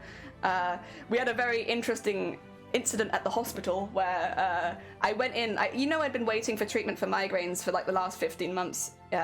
Unpredictable. Yeah. I went in and they'd run out of the medication. I waited for 15 months to go in and have that treatment. Oh my gosh. They'd run out and they were like, we're so sorry. It's an issue with the system. If we'd have known, we'd have done anything beforehand so that you didn't have to come in and we could have rescheduled. Unfortunately, because we don't have another break in appointments for the next 15 months, you'll be put back on the wait list for another 15 months. Yep. What the hell? Yeah. And like, yeah, so like that happened the same week that everything else, that I ate a rock, that, that all of my technology broke. We also had norovirus that same week. It was literally like everything that could happen that week happened. The positive though that we have come to now, which I'm still waiting for, unfortunately there's been a few issues with like distribution. They're going to give me some injections in the meantime, which is not the treatment that I'd wanted, nor the one that is more likely to help, but it's something we can try while, because I've been having, that's why I started using a VTuber. I'd been having really bad withdrawals from painkillers and like the skin on my face was peeling off. So you can't bleed on stream, so I just can't show my face in case I emote too heavily and it opens. So this all happened in the same week, and it was just like, because I talked about it, a lot of people donated, and that makes me feel super uncomfortable because it feels like I'm monetizing things that have gone wrong in my life. And I don't think, not bad like to any of the people that donated, it was very, very kind of them, but I feel like I shouldn't have mentioned it all at once. And especially not when I was in an emotionally not very good state. Like now I'll talk about it and I'll laugh about it because it happened a few weeks ago. But like at the time, and especially because I was withdrawing, I was quite emotional. See, this is exactly what I didn't want to happen. Jason, it's very, very kind of you. If you, I can charge you that back. I can send that back for you. It's very heckin' kind of you. I don't want anyone to feel like they have to donate for me to keep streaming. That's the main thing, is like, I don't want anyone to feel like I'm just gonna stop streaming because of this, that, and the other, because streaming is like my comfort thing. It's something that I really, really enjoy. Wait, why did it say 10? It was $9.99. Oh, I'm sorry, Jason. Thank you for, listen, I'll still thank you for the $9.99, even if that's not how it popped up. That's very kind of you. But do you know what I mean? Because like, I'm sure you guys have seen streamers who like do stuff to get donations. I kind of felt like that. Yeah, I'm also pretty sure that we can recognize that kind of streamer, Zoe. Yeah, I know, but I kind of felt like that. It made me feel really, like, as soon as I, like, after the stream, I was like, I realized what happened. I was like, oh my god, that's not, I don't want to come across like that, like, at all, ever. Like, you know, at the end of the day, I'll always be streaming as long as I don't get, the only thing that would stop me is if I got a job where I was under NDA. And that's like the only reason, because I wouldn't have the time to do crafting if I was crafting for like a company or something like that, and there was a non-disclosure form. That's the only reason I would probably stop crafting on Twitch, and even then it'd probably be for a brief period. Because I like it here. I enjoy this. This is my downtime. Yeah. But like, Runa has a really good point, is that you give a lot to a lot of people indirectly, and they just like giving back directly. It's not because they like feel obligated in any way, they just feel like they want to do it. I guess I just feel like if I'd phrased it in a different way, like maybe if I'd not mentioned it all at once, and especially not when I was in an emotional state, like that wouldn't have happened. And because I don't want people to feel like they have to donate for me to be here or anything like that. Would you feel better if it was for purely selfish reasons? I think what I'm more annoyed at myself in the way that I handled the situation. I think that's what it is. It's like, yeah, that's fair. Yeah, it's like I'm annoyed that I handled it like that, and I should have just taken some time out immediately, like when it all happened, because it all happened in the space of about 3 days, I think. Yeah. So it was like all very quick. As soon as I realized how much was going on, I should have taken a step back and just stopped streaming for a few days. But because also, you were in an emotional state, you can't like expect yourself to make the good rational decision in that situation. But I'm also an adult, and I do feel like but Sally, you're a human who went through a bunch of stuff, and no human who goes through a bunch of stuff makes every decision perfectly. It just doesn't work like that. Yeah, I appreciate you being nice. It's very kind of you. Just got 1 pence worth of undue thanks. True. How could I? While I might be being nice, I'm also telling the literal absolute truth. Yes. Yeah, I don't know. I feel like because Jelly's British, so she's awkward about it. I'm very awkward, and also because I feel like I could have handled it better, and like the thing is, because what I could, in ideal situation, obviously, is that I would have immediately taken a step back and taken a few days and processed everything that was happening rather than being on stream, and then made some plans. Because what happened was, I'll mention it very briefly. I went on stream and I just broke down. And so it was like, I got on stream, I realized my camera had broken and I realized maybe like an hour into stream, and someone was like, what's that on your screen? And I was like, wait, what is that on my screen? And I realized that my camera had a big crack down the center of its lens. And I just was like, no, can't. And it was like, the tip of, the icing on the cake. Icing on the cake? I don't know if that's the right phrase. But the cherry on top, the straw that broke the camel's back. That's what I want, the straw that broke the cake, because the cherry on top's a good thing. Yeah. I really loved it when I found out my camera had broken live on stream. That's why I had to leave. I was just in fits of giggles, and I was like, I can't stream like this. But no, I had a bit of a moment, and I ended up having to stream end quite abruptly. I deleted the VOD, all of that kind of stuff. And then I did take a few days off.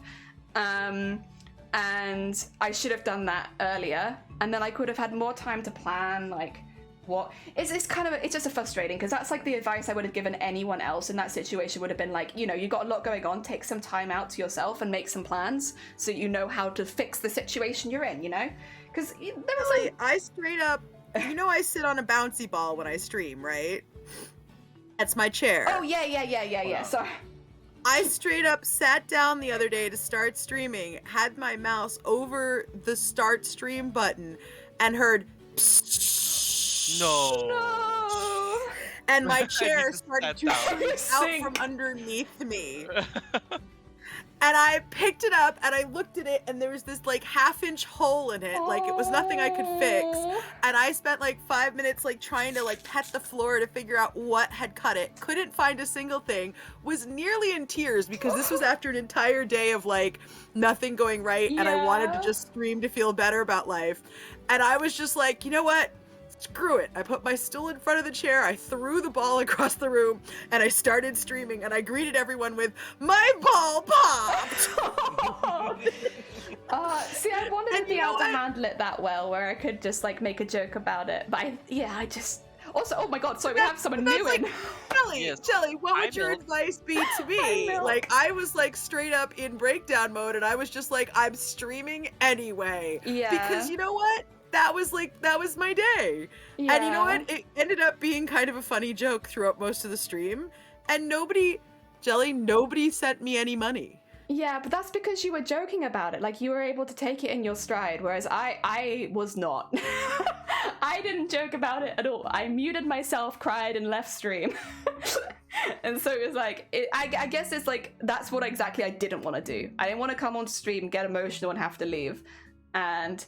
I mute myself very quickly if I think I'm having a rough time. I also mute myself very quickly because, like, I get sicky quite often. So it's like, if I feel like something's going to happen, I'm like, instant mute. It's happened a few times. Yeah, I guess my point is, like, my community was like, aw, poor baby, you'll be okay. Like, everybody was very nice, but they were also sort of like, Yeah. We know that your ball is, like, not the end of the world. Yeah. It's all in how you've already built that relationship with people, I guess, is my point. Yeah. Also, just so that you're... Can I just quickly, because Milk's just been sat here like, what are you doing? I feel really bad.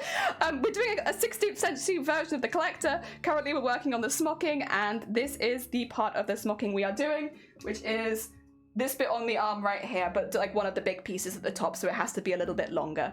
Also, do you mind if I quickly catch up on chat really fast before? Go ahead. Yeah, sorry. Shade, I don't know one. Someone tell me which one I wish to learn. Jockey and I, we are partnered. Oh, okay. Do not feel obligated. You're God damn it, a team!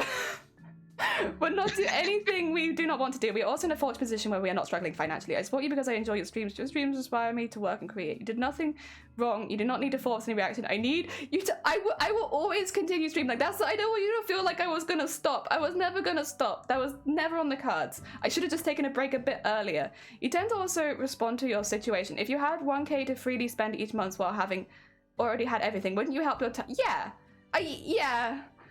Yeah, I guess. Oh, no worries. Sorry. Oh no, she used. They used logic on you. Yeah, like I think you tend to assume like everyone's in the same situation as yourself, though. That's quite a human thing to do, right? It's like you put your situation on other people. Yeah. But yeah, like it's sure not everyone isn't in the same, situation as me. And I'm not in the same situation as Unpredictable, and Unpredictable's not in the same situation as Sonny. We're all, especially with money and stuff like that. Yeah, my point was just that, like, my people know me. Your people know you. Yeah.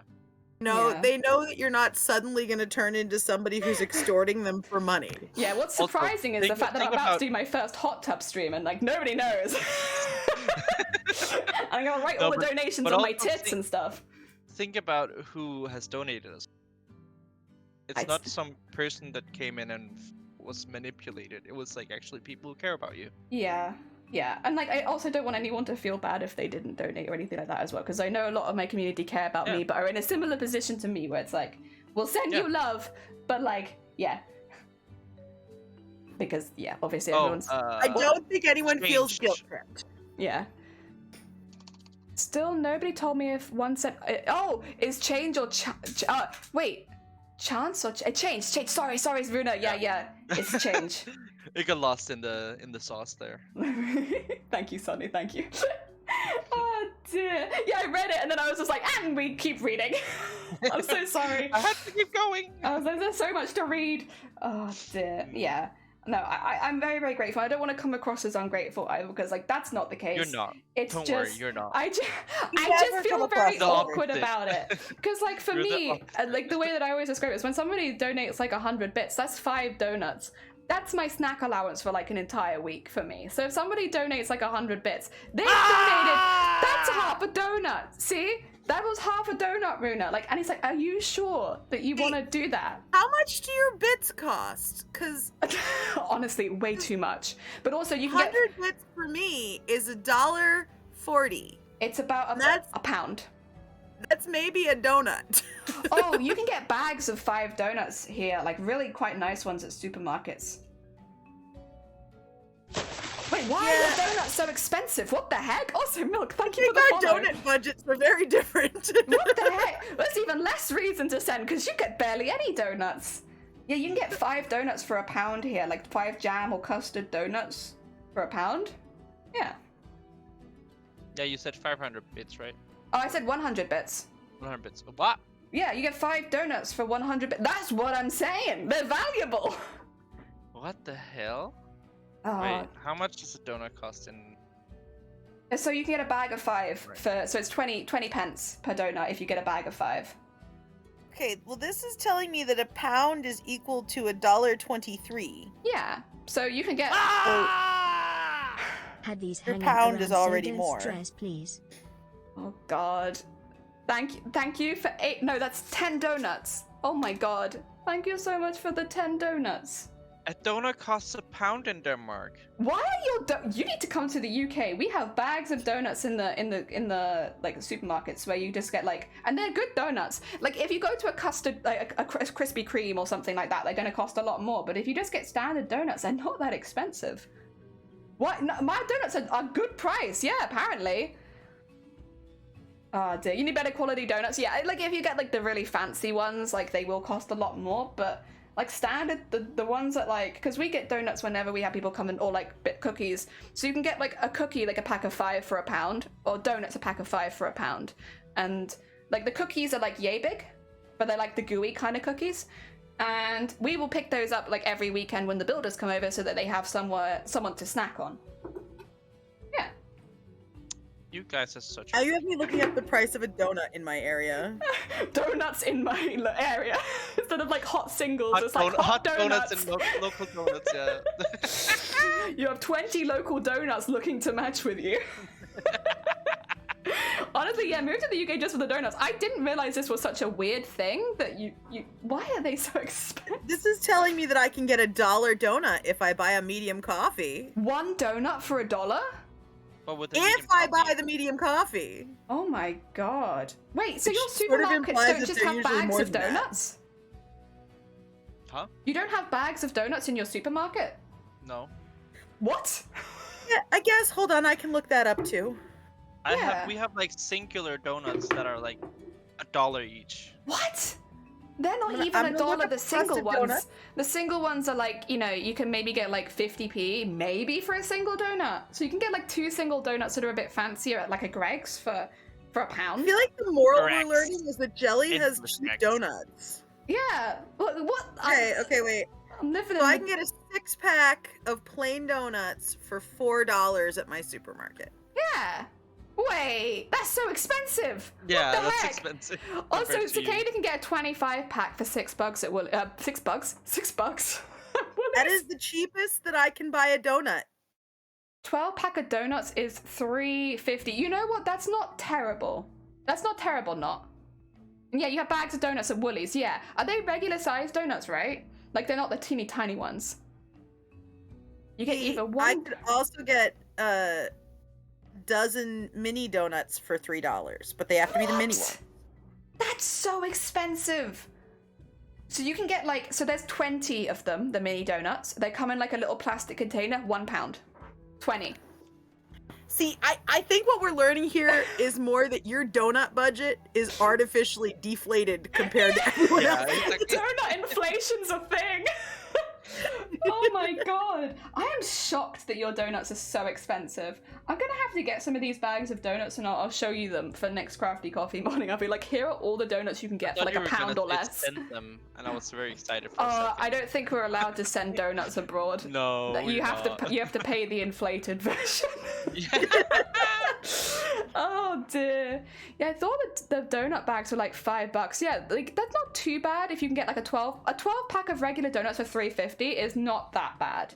That's not that bad at all. Because also Australian dollars are a lot less than pounds, so like that's probably actually a lot more close to like if we're getting 5 in a pack and you're getting 12. Yeah, you know what? That's pretty equal. I think not. I think that's pretty similar. It's the other prices I'm hearing today that I'm concerned about. Yeah. It's a wildly interesting metric to compare worldwide donut costs.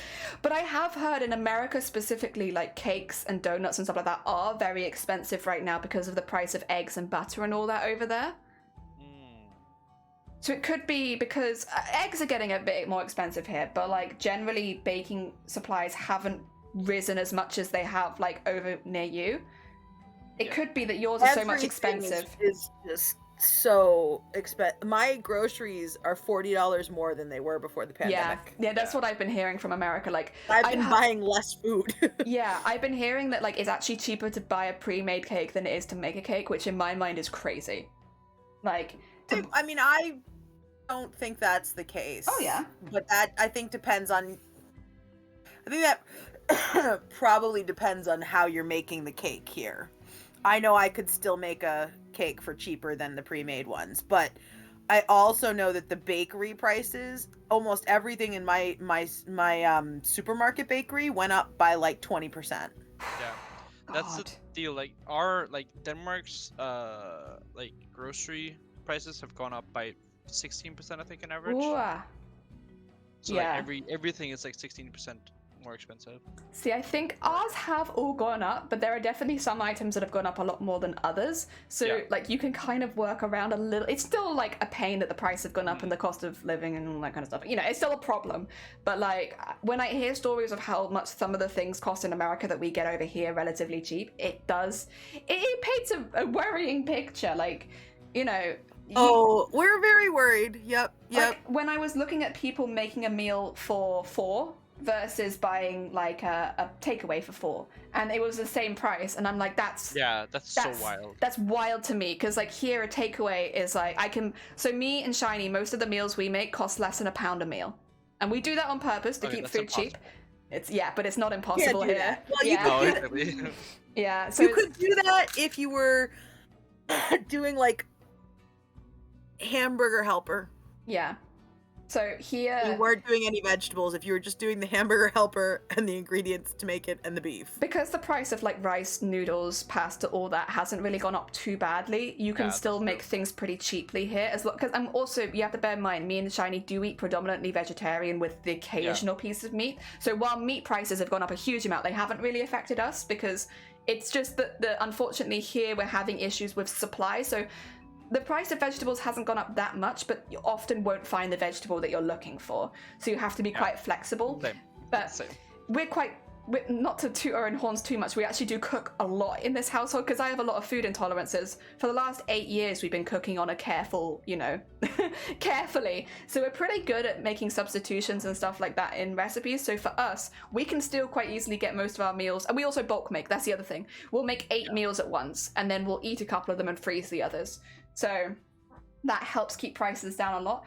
But for us, we probably spend about 40 quid a week on food and groceries anyway. But that's for 2 people, so it's 20 quid each. And that also includes like showering and all that kind of stuff. So it's not terrible, but it's definitely gone up more than it used to. It used to not be worth us to do a food shop coming to the house, because like we wouldn't make it to 40 quid. But now it's like, unfortunately, we probably will. I think the wildest thing for me is like in Denmark is that like bread used to be 7 kroner, which is around like 80 pence, I think. Ooh, that's good. And now it's like 12, which is like, it's almost like double. Oh, that's And bread is such a standard thing as well. Also, bread. Steve, I'm glad you could be here as well, where we talk about donut economy. Parents just bought a Woolies mud cake for $6.50. Heck yeah, delicious. I think Oz has gone up by something like 8%. That's actually not too bad looking at the rest of the world. It's not great. I also think Australia was kind of like on its like it's not as affected, I guess, because it's more importing from Asia, I guess. I suppose that's true. Yeah. I think a lot of it just depends as well on what like the kind of meals you eat. If you have like in the UK at the moment, if you eat more cheese, if you eat more meat, like those kind of items, they do cost quite a lot now. Yeah, for sure. But my favorite things. Yeah, meat and cheese. What's the problem as well though is that a lot of British cuisine is based on meat, cheese, and potatoes. Yeah. So like for like an average family, it does make it very difficult, because like you're trying to make for like your kids and stuff like that, and stuff that they'll eat. A lot of the stuff that your kids will eat has become very expensive. And that's where like a lot of the problem is. Whereas someone like, I live with just my partner, and we eat whatever we want. We eat a lot of curries, we eat a lot of vegetable based things. We're having hash this week, all of the leftovers. It works out a lot better, but we're in a fortunate position, whereas a lot of plate people aren't in that position. Yeah. And even for us, we still feel it. I'm looking forward to I'm moving at some point, but I'm looking forward to living in a household again where like I can make a bunch of something, but not have to be the person eating a bunch of something. Because like I'll eat something for like 2 meals and then I don't want to eat it anymore. Yeah, same. But like I tend to make things in sets of 4 meals. Yeah, so you have to freeze it or something. And my freezer in this apartment is crap. Oh no, that does suck. So like I can only put stuff in it for like maybe 2 weeks before it gets freezer burned, and so it's not even worth. Oh shoot! Yeah, that's freezing much. What the heck? A lot of Oz meat and animal produce is sourced from the country, so it is a bit cheaper. Yeah, I don't know why I'm suddenly craving party pies. What's a party pie? What is a party pie? I like the sound of a pie. I love pies and I love a party. We like to party. We do in fact like to party. We're quite lucky here in that, I guess, things like donuts, I don't think I've seen a huge rise in. Eggs is a problem. Eggs, for some reason, like the supermarket, I know there is a reason, but like they keep running out of eggs. So eggs is like one of my sources of protein that I can eat. So like when they run out of eggs, it's like, well, no protein then. Get some chickens. Yeah, well, but this is the thing, is that I can't really eat a lot of meat very easily. or if I do it, it tends to make me quite sick afterwards. So I'm not going to go into super why, but like, yeah. I meant literal chickens to hatch eggs for you. Oh, you know what? Actually, that's not a bad idea because we do have technically a chicken coop in the garden right now. The previous tenants left it. That's the other thing I'm looking forward to is getting fresh eggs. Oh, fresh eggs, warm from the chicken butt. Heck yeah. Oh, fresh eggs taste better when you cook them. I've only ever had, I guess it's gonna sound really bougie, excuse me. I've only ever had fresh quail's eggs. I've never had fresh chicken eggs. One of my family members had quails, so they'd have, instead of having chicken eggs, they'd have these teeny tiny quail eggs. And I've only had those fresh. I've never had a fresh chicken egg. Or any other egg. The chicken eggs do taste good. There is a slight difference in flavor. Oh, cool. For a house of 6, a weekly shock is around 250 Australian dollars. That is expensive. I know that's less when you translate it across. And I guess for a house of 6 as well, like, yeah. I guess it's not awful. Oh dear. Just tiny meat pies. I love a tiny meat pie. Heck yeah. I've done some adulting. Time to go visit the Take care, Eddie Shatterall. Look after yourself. Enjoy the rest of your day. I hope that it goes well. A house of 6 in Denmark spends... Oh, Sonny, that... Yeah, see, that's the thing. It's like the pounds to the Australian dollar. Because Australian dollars are smaller than American dollars, aren't they? I think so. I think so. And then pounds are obviously like one of... Are pounds the largest?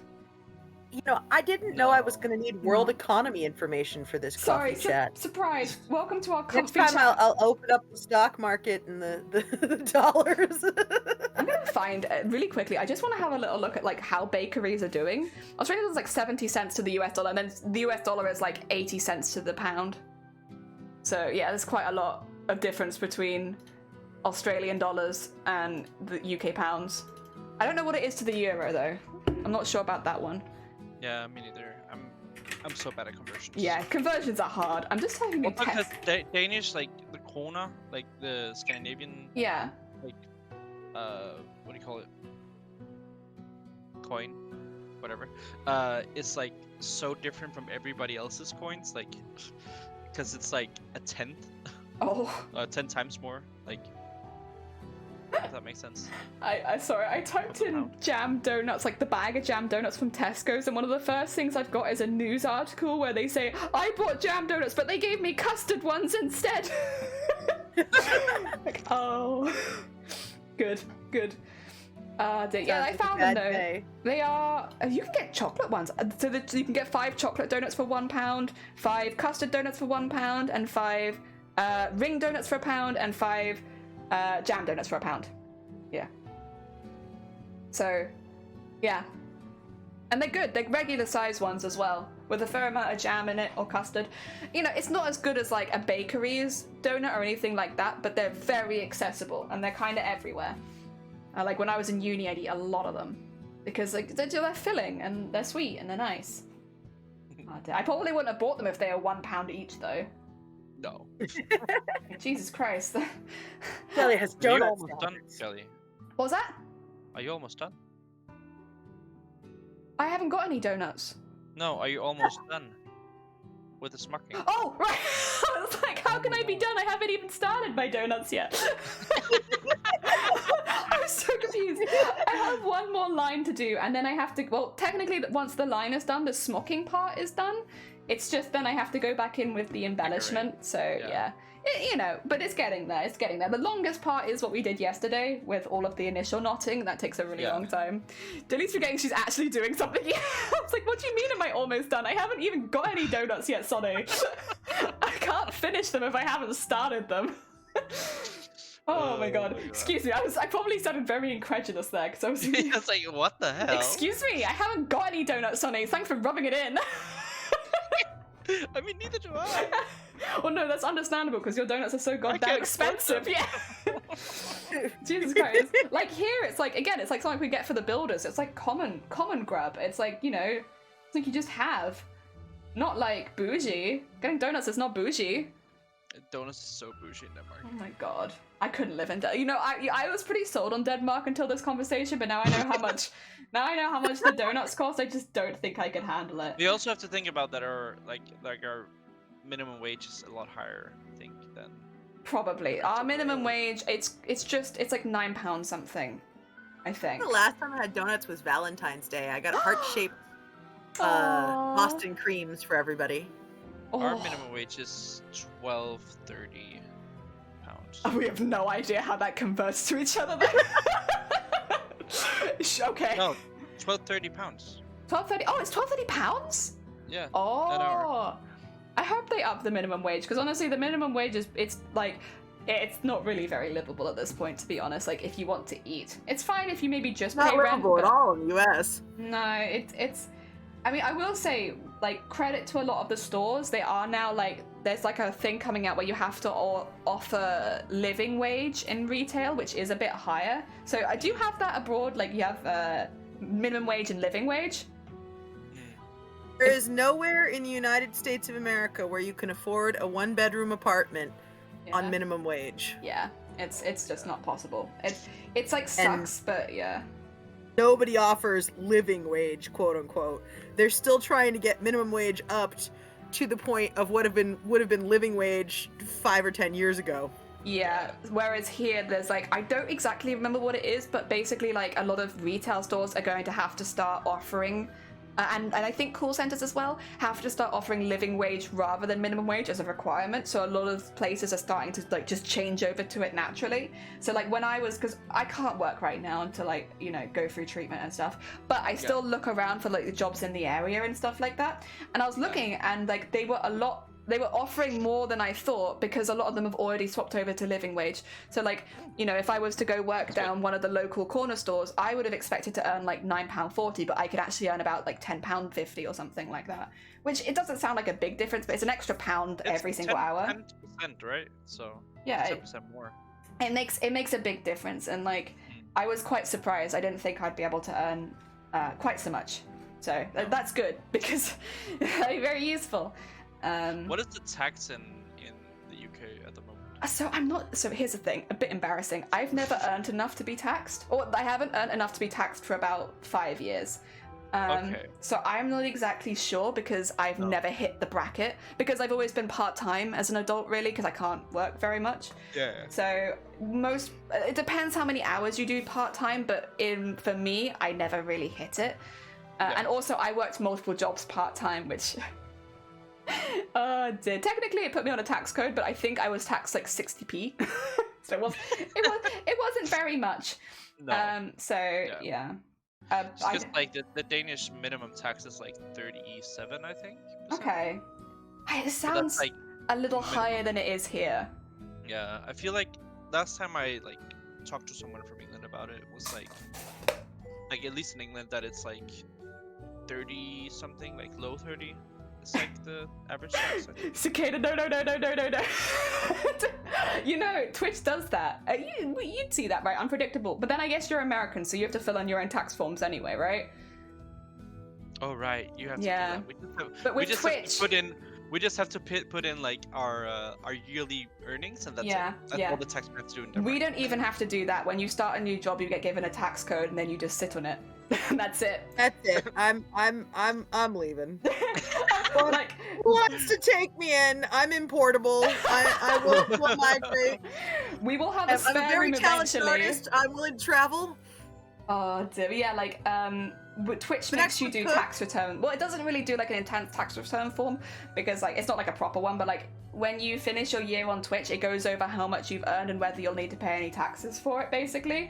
And I've never hit the barrier, so, but like it was really, so I got rid of my citizenship for it. So a bit of history, I guess, for anybody new. I was an American citizen. I was born an American citizen. When I was 21, I renounced my 22, I renounced my American citizenship. No, I must have been a bit older than that, actually. I think I started renouncing my American citizenship when I was 22, and I think I was 24 when it went through, because it does take a while. It's a bit of a process, and Yeah, so I renounced. I did pay, or I did do my tax return forms for several years, and I sent them up from abroad. If you're living abroad as an American citizen, the tax return forms you do are a little bit different. And it wasn't even the fact of like paying taxes, it was just having to fill in the form every year was pissing me off. So I decided to renounce my citizenship because I was like, I am not doing this. This is stupid. I'm only going to live in the UK anyway. Why am I paying this? Or why am I doing this? It's a pain in the ass. It takes me like a couple weeks every single year to sort it out. I'm getting rid of it. And so I got rid of it and I was like, hell yeah, never have to do a tax return form again. And then I started streaming on Twitch. And then immediately I see a tax return form and I'm like, wait a second. No! No! It's haunting me! I got rid of that. But luckily the Twitch one is a lot easier than like the one that I was used to. American tax stuff on Twitch is 2 different forms. Yeah. 3 if you make a certain amount. Like it's needlessly complicated. This country is needlessly complicated, and seriously, so will someone please import me? When you do it abroad, you have to fill in the form like you're a millionaire, because they assume that every American citizen living abroad is a millionaire. It was like 32 pages. Every year. What? Yeah. That's what I mean when I say like it took weeks to fill in. I even as a part-time worker, I'd have to submit about 16 pages. What the hell? Yeah. Every single year. And I never paid tax to America because I didn't earn enough, because funnily enough, I'm not actually a millionaire. Surprise! You know, I can afford a pack of 5 donuts, but that's about it. So, oh my god, you can afford 5 donuts? I can. That's so many. It's pretty bougie. The minimum wage in Oz depends on how old you are. You give donuts away to your workers? Like we do, bougie. every week. Sometimes we even get them yum-yums. Do you have yum-yums? What's a yum? You don't have a yum-yum? If you don't have yum-yums. Yum-yums, they're like sticks. A yum-yum stick. It's like a donut stick.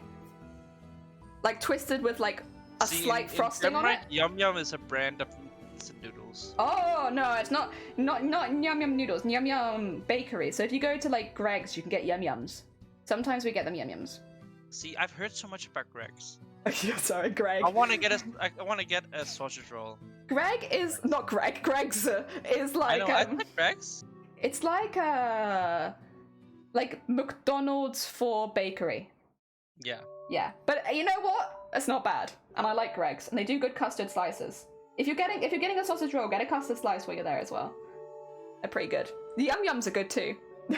All these things I can't do unless someone imports me. I will have a spare bedroom in the next year, hopefully. But you just have to give us some time. What I'm hearing is I need to come over and visit you, and then I just need to meet somebody to marry so I can stay. Yeah. Like, and listen, Welsh people are great. You'll find someone. Okay, so can you round up some speed dates for me? We gotta do this in a hurry. We'll just take you down the road. Like, we have this American. Oh dear. Honestly, we have this lovely American, very skilled, loves arts and crafts. Learn like a tiny bit of Welsh before you come, and then you can be like Borodar, and everyone will be like, we love her. 10 out of 10. We love her. There's your keeper. All right, hold on.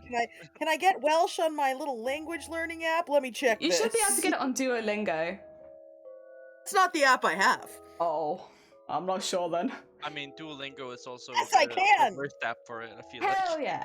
Oh yeah, also not it's the same here. Free starter words. I will say in the UK there have been protests to have it so that because at the moment if you earn less minimum wage as an 18-year-old than you do a 21-year-old than you do a 25-year-old. So minimum wage is different depending on your age. But there's a lot of people arguing for like, well, if you want people to be able to become independent at 18 when they're an adult in the UK, they should be earning an adult's wage. And I fully agree. I really don't like. Totally agree, yeah, I really don't like that as an 18-year-old you earn less minimum wage, and it used to be even worse. Like when I was earning as an 18-year-old, I was earning like £6 an hour, if that.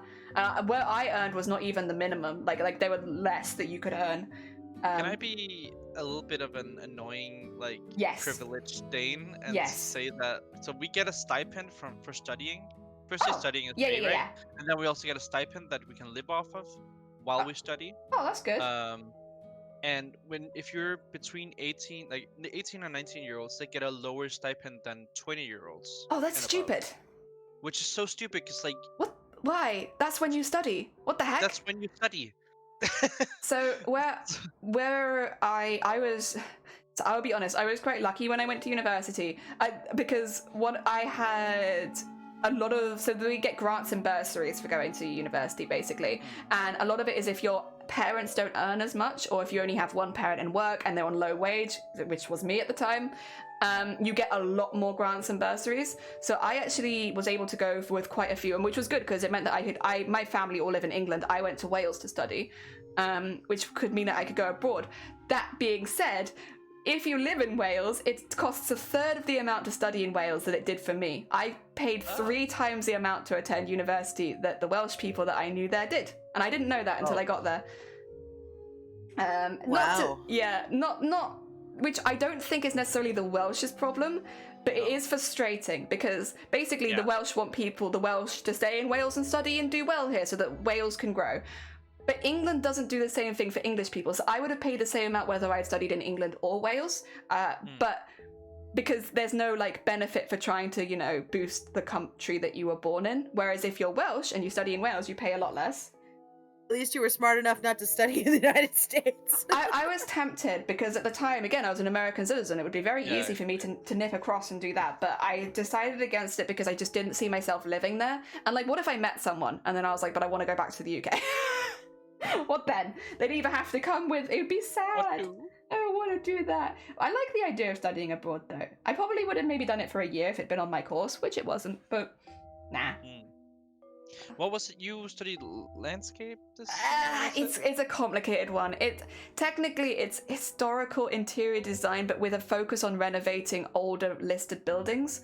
So that's why we only really focused on very old buildings, and it'd be about making them for public use. So that's the other thing, is we didn't really do house renovation. It was public renovation, which is a bit different. It's a very specific course, but that's why I went it, because I was like, that's what I want to do.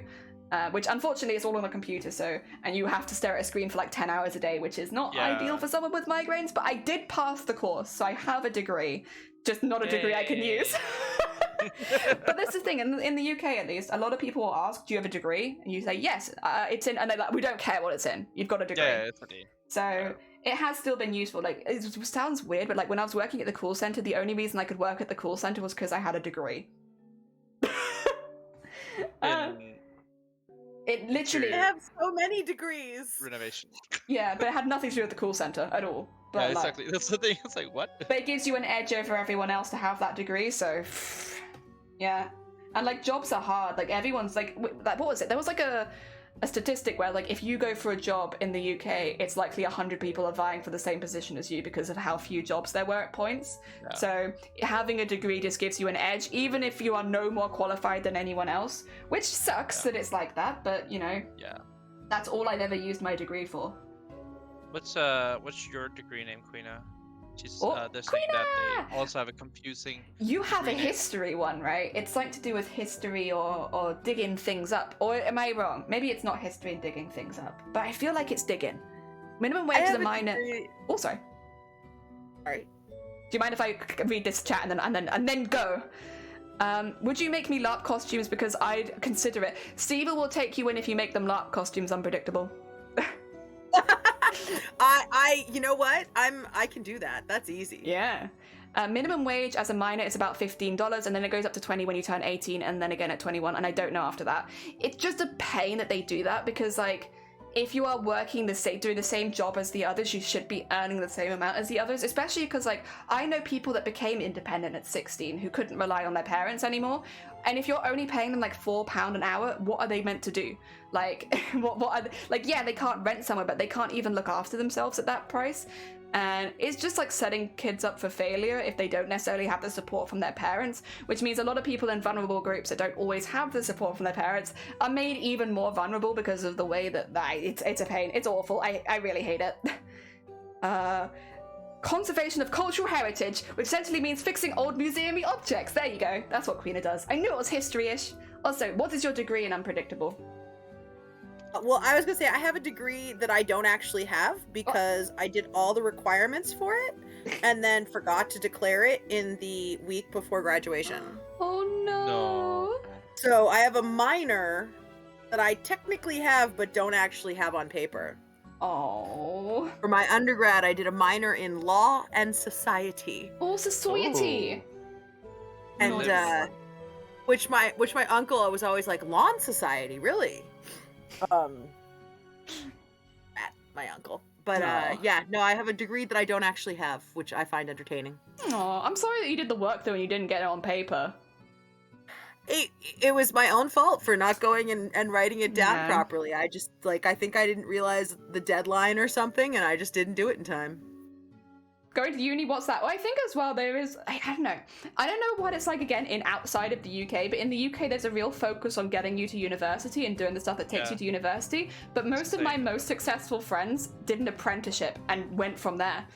And like, I'll be honest, if I could go back in time, I think I probably would have done the same thing and maybe just trusted doing costumes a little bit more, because I felt like, not because of my parents or family or anything like that, I know they would have been happy forever, but because of the education system, I felt like I had to go to university. And I do think that that's on purpose, to make people spend a lot of money on loans and debts that they won't be able to repay. But oh yeah, likely. Yeah. You don't need to go to university to be successful at all. Oh, exactly. I mean, you also don't have to not go to university to be successful. Like, yeah. And also, if you can study something and then end up doing something else. I'm a high school dropout, so. Yeah. Woo. I think as well. Where are you importing me to? Oh, it's not the UK. Sorry, I didn't mention that, but it won't be the UK, so you won't get our donuts. But maybe it's still better. Also, where are you importing me to, and what's the cost of donuts? It's you can finish university and do something completely different. Again, some of the people I know that are most successful did a degree in one thing and have ended up changing and doing something else, and they're doing great. I feel like I could do the Netherlands better than the US right now. I think I could make that jump. The Netherlands is lovely. Yeah, it's a really nice. Really nice. It is a little expensive, but I think the US is also a little expensive, so maybe you'll be fine. What are your seasons like?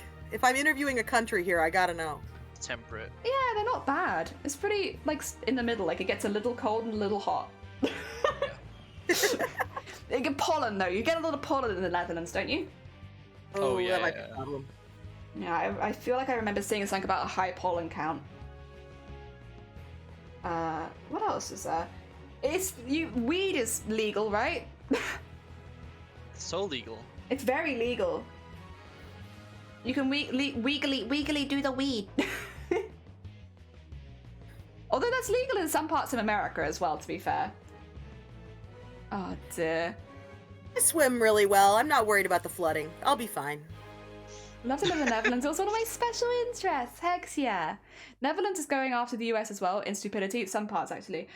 Honestly, very relatable. I feel the same. Although, not. I don't think that it feels malicious. At least the stuff that's happening in the UK, it doesn't feel stupid, it feels targeted and malicious.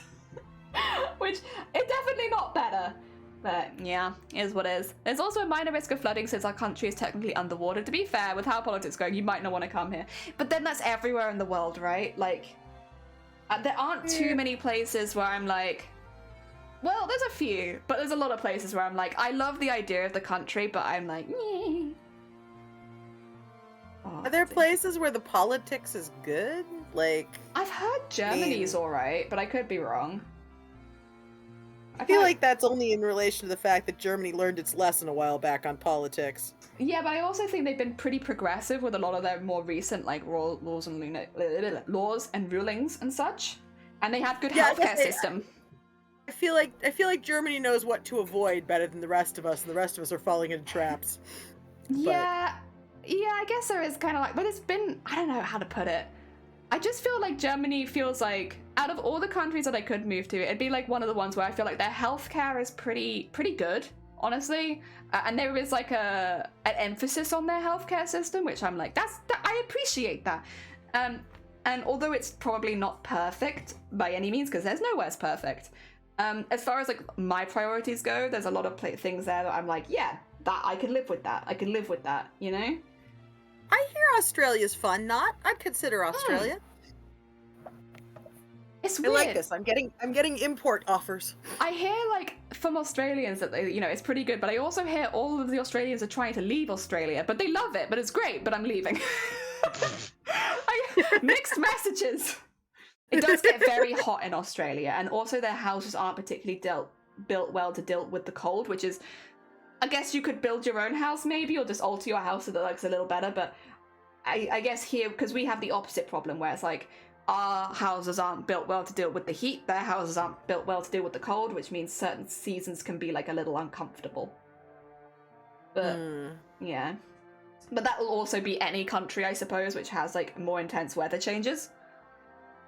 Hot as shit summers, wet as shit winters, and a government that is something. I've been doing about things 10 times now and he still gets the most votes. Yeah, that sounds about right. For me, I'd be Canada, Norway, or Iceland. I'm interested in Norway. Even interest, but it gets a bit Norway cold. is one of the most expensive countries in the world, you know. Yeah. A cucumber is like 3 pounds. Why is But it how a would the cucumber that you donuts? Yeah, what about the donuts? I'm not eating cucumbers, Sonny, I'm eating donuts. I mean, yeah, but like think about if a cucumber is 3 pounds. True, How much true. is a donut then? Where Wait, hold on. I need to know what that is in Fahrenheit. Oh, true. Where are avocados the cheapest? Just out of curiosity. Where they grow? Probably South 113 America degrees somewhere. Fahrenheit. Forget that. But we hit -5 here as well. -5 is fine. I can deal with that. Oh, is it the 45 that's upsetting you? I didn't notice Yeah, that. for me too. For me too. -5 is apparently 23 degrees Fahrenheit, which is just winter here. Yeah, that's winter here as well. That's not even like it gets down to -23 here. Oh. I'm fine. Oh yeah, positive 45? You mean you don't like the idea of like burning through a crisp every summer? You don't like being able to cook your eggs on the sidewalk? Oh yeah, I've seen This videos tells of me that. that -23 Fahrenheit is -30 Celsius. That seems wrong. Are you? That are you seems- doing No, that's right. Oh, is it? Huh. Yeah, 'cause it has an increment of 1.4 for Fahrenheit, Ah. and the freezing point is 32, but it's 0. Oh, okay. So you get higher. Like Yeah. the closer you are to 32, the closer it is. Like the Oh, okay. like -32, I think it's like when it.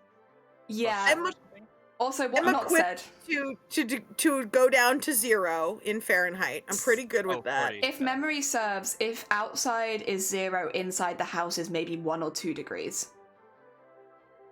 So it's like very cold inside the houses because they don't keep any heat in, because obviously they have such hot summers. So Yeah. it's very hard to keep heat inside the houses. So it's very expensive to heat your houses in the winter, and also they just don't get as warm. Like for here, the house never drops below 17 or 19. Like 17 to 19 is the average that the house is at inside, even if it's -5 Why aren't outside. you insulating?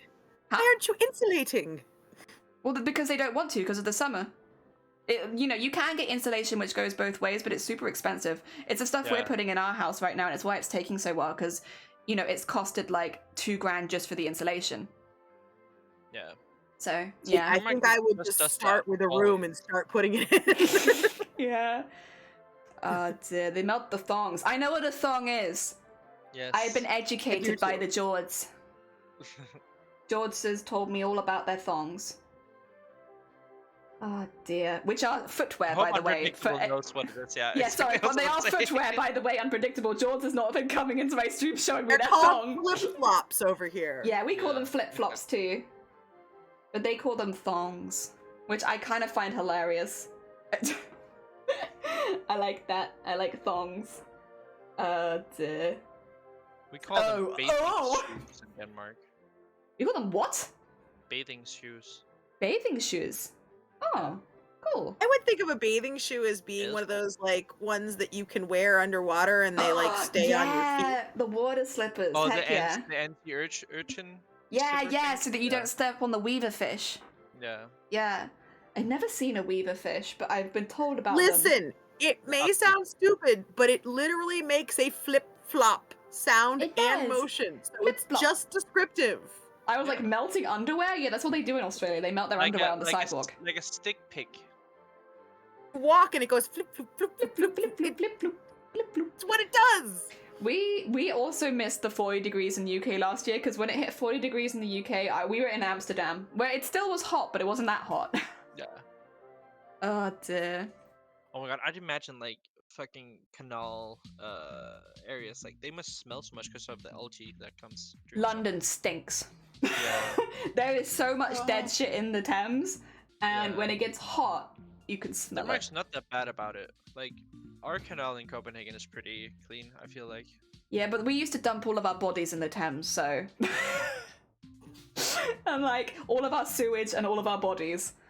So Sounds lovely. historically, That's not terrifying at all. That river, the bottom of the Thames is terrifying, but like It's corpses. it's just corpses and sewage, you know. Yeah. Yeah, so My favorite two things in the world. it's the same, actually. But yeah, so it's not awful, but like there are times where you can really smell it. And like when we were in London, it was a little hot, and there were some tunnels where you could you could smell the Thames, and it was like ugh. And like it took me a minute to realize what we were smelling, because like we were near the Thames, but we weren't like over the top of it or anything. We were like in some little tunnels that you were driving through, and we realized it was the Thames. And like the taxi driver would start closing the windows like when we were going around there, because it was just like stinky. That's only normally on the really hot days, like because it's a big river. Oh dear. And to be fair, there probably aren't that many things down there anymore, because it's been a while, you know, we've civilized a little bit. It's not the cleanest water, and I wouldn't go in the Thames, not even if you paid me, but it's not as bad as it used to be. I know there's been a lot of drives to like clean it as well and make it a bit better, which is good. And also to get the rubbish out of it, because there's a lot of rubbish in the Thames. You know, is that the same with other rivers? Like, if you have a big river down the city, do people just chuck litter in it? Oh, hello? I don't know enough about rivers. I live near lakes. Do people put rubbish in the lake? They do to a degree. Oh, okay. They're mostly swimming lakes, so okay, tend to be fines and things. You can see so much trash in the Thames. If you look in it, there's just always trash going down the Thames. People just chuck stuff in it, which is not good. It is a crime to litter in this country, but like, you know, people don't not do it. Oh dear. Looking at recent reports about water companies, the rivers are definitely still filled with sewage. Oh yeah, I'm not going to dispute the sewage. I was really just disputing the dead bodies bit. Yeah, like the corpses are probably... We don't chuck corpses in there anymore, like in mass. So, because I remember reading stuff about like when was it the plague, maybe? Potentially, of like burning the bodies and putting them in the river and stuff. Yeah. Blech. Blech. Oh dear, I'm so happy it's finally starting to feel like autumn. Heck yeah. Yeah, we're starting to like get some warmer days. We had a bit of a cold week, hence why I was like hacking this morning, but like it is starting to get a little bit warmer here. That being said, I prefer cold weather, but my body definitely prefers hot weather. So I guess maybe I could just say I like both. I don't like it. The problem with the UK, and I'm sure it's the same for both of you as well, it gets really humid, really, really humid. We hit like near 100% humidity in the summer. So it's so sticky when we have like heat waves here. Yeah, like the only comfortable place to be is like actually at the beach, so that you can just get in the water. Yeah. And we don't have air conditioning or anything like that. So that stickiness will be with you while you work and like while you're in the house and all of that kind of stuff. It's gross. Oh dear. I lived in DC for a while, and while all of the buildings are well air conditioned, all of the walks are 100% humidity and 100 degrees. And I had such a collection of linen, and then I moved back up to New England, and I don't need my linen for the most part, because it does not, I mean, it gets to the 90s, but not for very long. Yeah. And the humidity is high, but generally not that high. Okay. That sounds, honestly, maybe I need to live where you are and just take my donuts with me. That sounds pretty good. You know Vermont's a lovely place. I do and know I'm in Vermont's New a Hampshire lovely now, place. but I'm going to be further north in Vermont. It's very beautiful. Very, very beautiful. Good lakes as well. Excellent lakes. Excellent lakes. 10 out of 10 lake. You definitely need your swim shoes though, because the zebra mussels have invaded the lake. I never swim without my swim shoes. If I don't have swim shoes, I buy more swim shoes. I've been conditioned to do this since I was a child. You swim with swim shoes. I don't care if I'm the only person. I'll have the sexiest bikini in the world and swim shoes. It's very well, important. when I was a kid, you didn't need them because the zebra mussels hadn't taken over the lake yet. But it's been slowly taking over the lake over the last 40 years or so. And did you now have you do, jelly shoes? The shoes that were like jelly? I remember jelly shoes. Jelly shoes! Yeah, we used to wear them in the sea. How did we manage to not get blisters from the jelly shoes? I think we did. We just pretended they weren't there so that we could wear our jelly shoes. It's like, as an adult, I look back and I'm like, how did I not have 16 million blisters from those things? I prefer to be too cold rather than too hot. Same. You can always add more layers if you're cold. You can't keep taking off layers in the heat. Yeah, this is the thing. It's like, it's very difficult to cool down. Yeah, not keen. Not keen. Much prefer cold. I prefer cold, but like, I also do a lovely number in I'm just not going to leave the pool and or lake and or body of water. Swim shoes won't protect you from, what is a blue bottle? Oh wait, is that the octopus? Or is that, no, it's a blue ring octopus. What's a blue bottle? I only know blue bottle flies, which are like big butt flies. There are no jellyfish in the lake. It's a lake. There is a jellyfish lake somewhere, but I think it's in South America. There are no jellyfish in the lake in Vermont. No, that's fair. I would have noticed. Oh, it's a man of war. Oh yeah, that's not fun. I wouldn't, no. They look like plastic bags as well. They're so deceiving. Really annoying catfish. No jellyfish. Catfish. Right, I have now done the smocking part of this. I will flip it over. Beautiful jelly. Thank you. That's the back. Hit the Oh, I front. just all your tiny little stitches, and it's beautiful. Thank you. So in all of these bits, this is where all the sequins go, in all of the bits near the back, so that they end up having like a sparkle from behind. And then I do like a little star down the middle of them. Oh, thank you, Runa. Yeah, that's where all my grid are. Honestly, the grid did end up quite neat. I'm quite happy with that. So, are you making these like in panels for certain areas? Yeah, I can show you. So this bit in particular, eventually, will be the big bit that goes over the top there. But obviously we cut them down so they fit those strips a little bit better. Like that. Yeah. Okay. And I'll be edging the side of these ones with gold. And then on the other side, I'll be doing it in the darker fabric and edging those with silver. So we have our contrast. So are you just gonna bind them on the edges? Yeah, so yeah. That when you cut the... I'll be so it doesn't doing come bind, undone? and then I'll be doing like a little gold work around the corners. Just to have like a little bit of detail so it looks a little bit more ornamental, because they're based on the panels on the wall, so like I want them to look like they're detailed like columns. Yeah. Okay, cool. Yeah. Each piece of this takes like 30 hours when they're finished, but they're worth it. And you know what? I've got 16 months to do this costume, so I've got time. Well, and you know, it's all where it came from. Smocking used to be a thing you did when you didn't have TV. Have you seen this book? Amazonia recommended to me, and it's fantastic if you want to get into smocking. Look at that. Do I want to get into smocking? Oh, yes, I have seen that book. Yeah, it's a lovely book. I don't think I have that book, but I've seen that book. It's really nice. It also does like a lot of pleating and like stuff like that and trims, but I'm mainly using it for the smocking part of things because that's what I'm doing. I don't remember if I have that book. One of my last days in Iceland, the fjord in the middle of the village suddenly filled with jellyfish, and it was amazing. Oh my god. That sounds awesome. Just looked up for blue bottles and Man of War. Are they? I've only ever heard of Man of War, but like obviously regional dialects and names, and especially because we don't really have them over here, I wouldn't be surprised if there were multiple names for it. Yeah. Also, I said this before, but not to you guys. These are all like tiny little fabric pillows. They're really squishy and nice. Because they've got like all of the little folds of fabric up in them, which is what's making them pop out, and they just feel like tiny little pillows for your hand. They're great. I love them. And like because they've got like the little beads at either side, texturally, it feels fantastic.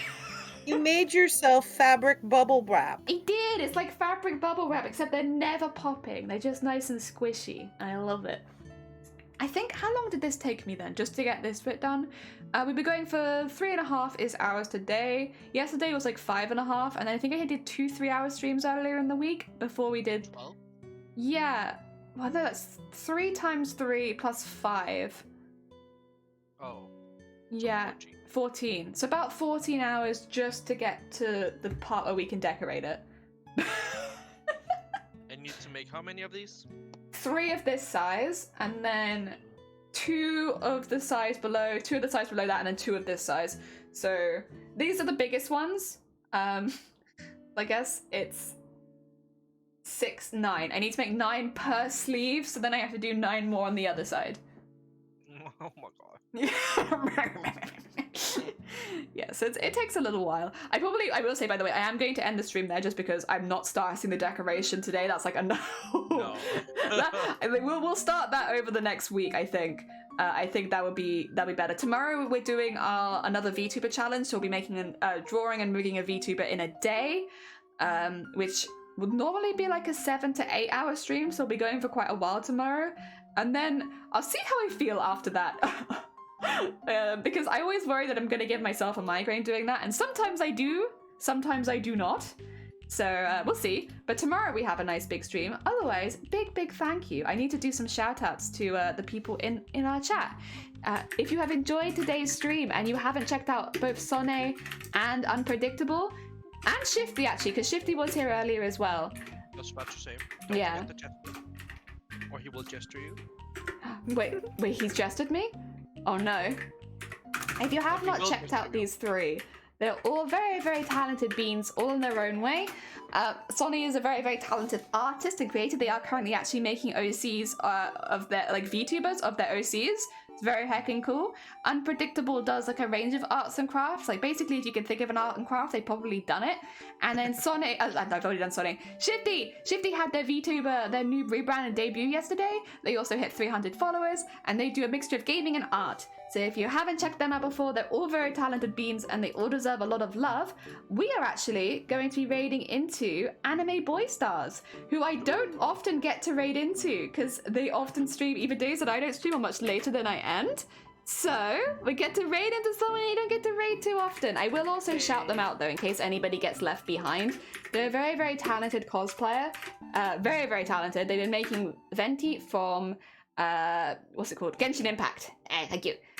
Very talented. I'm sure you're all gonna love it there. If you would like a raid call, here are some raid calls. Just a lovely way of sending some love into another chat.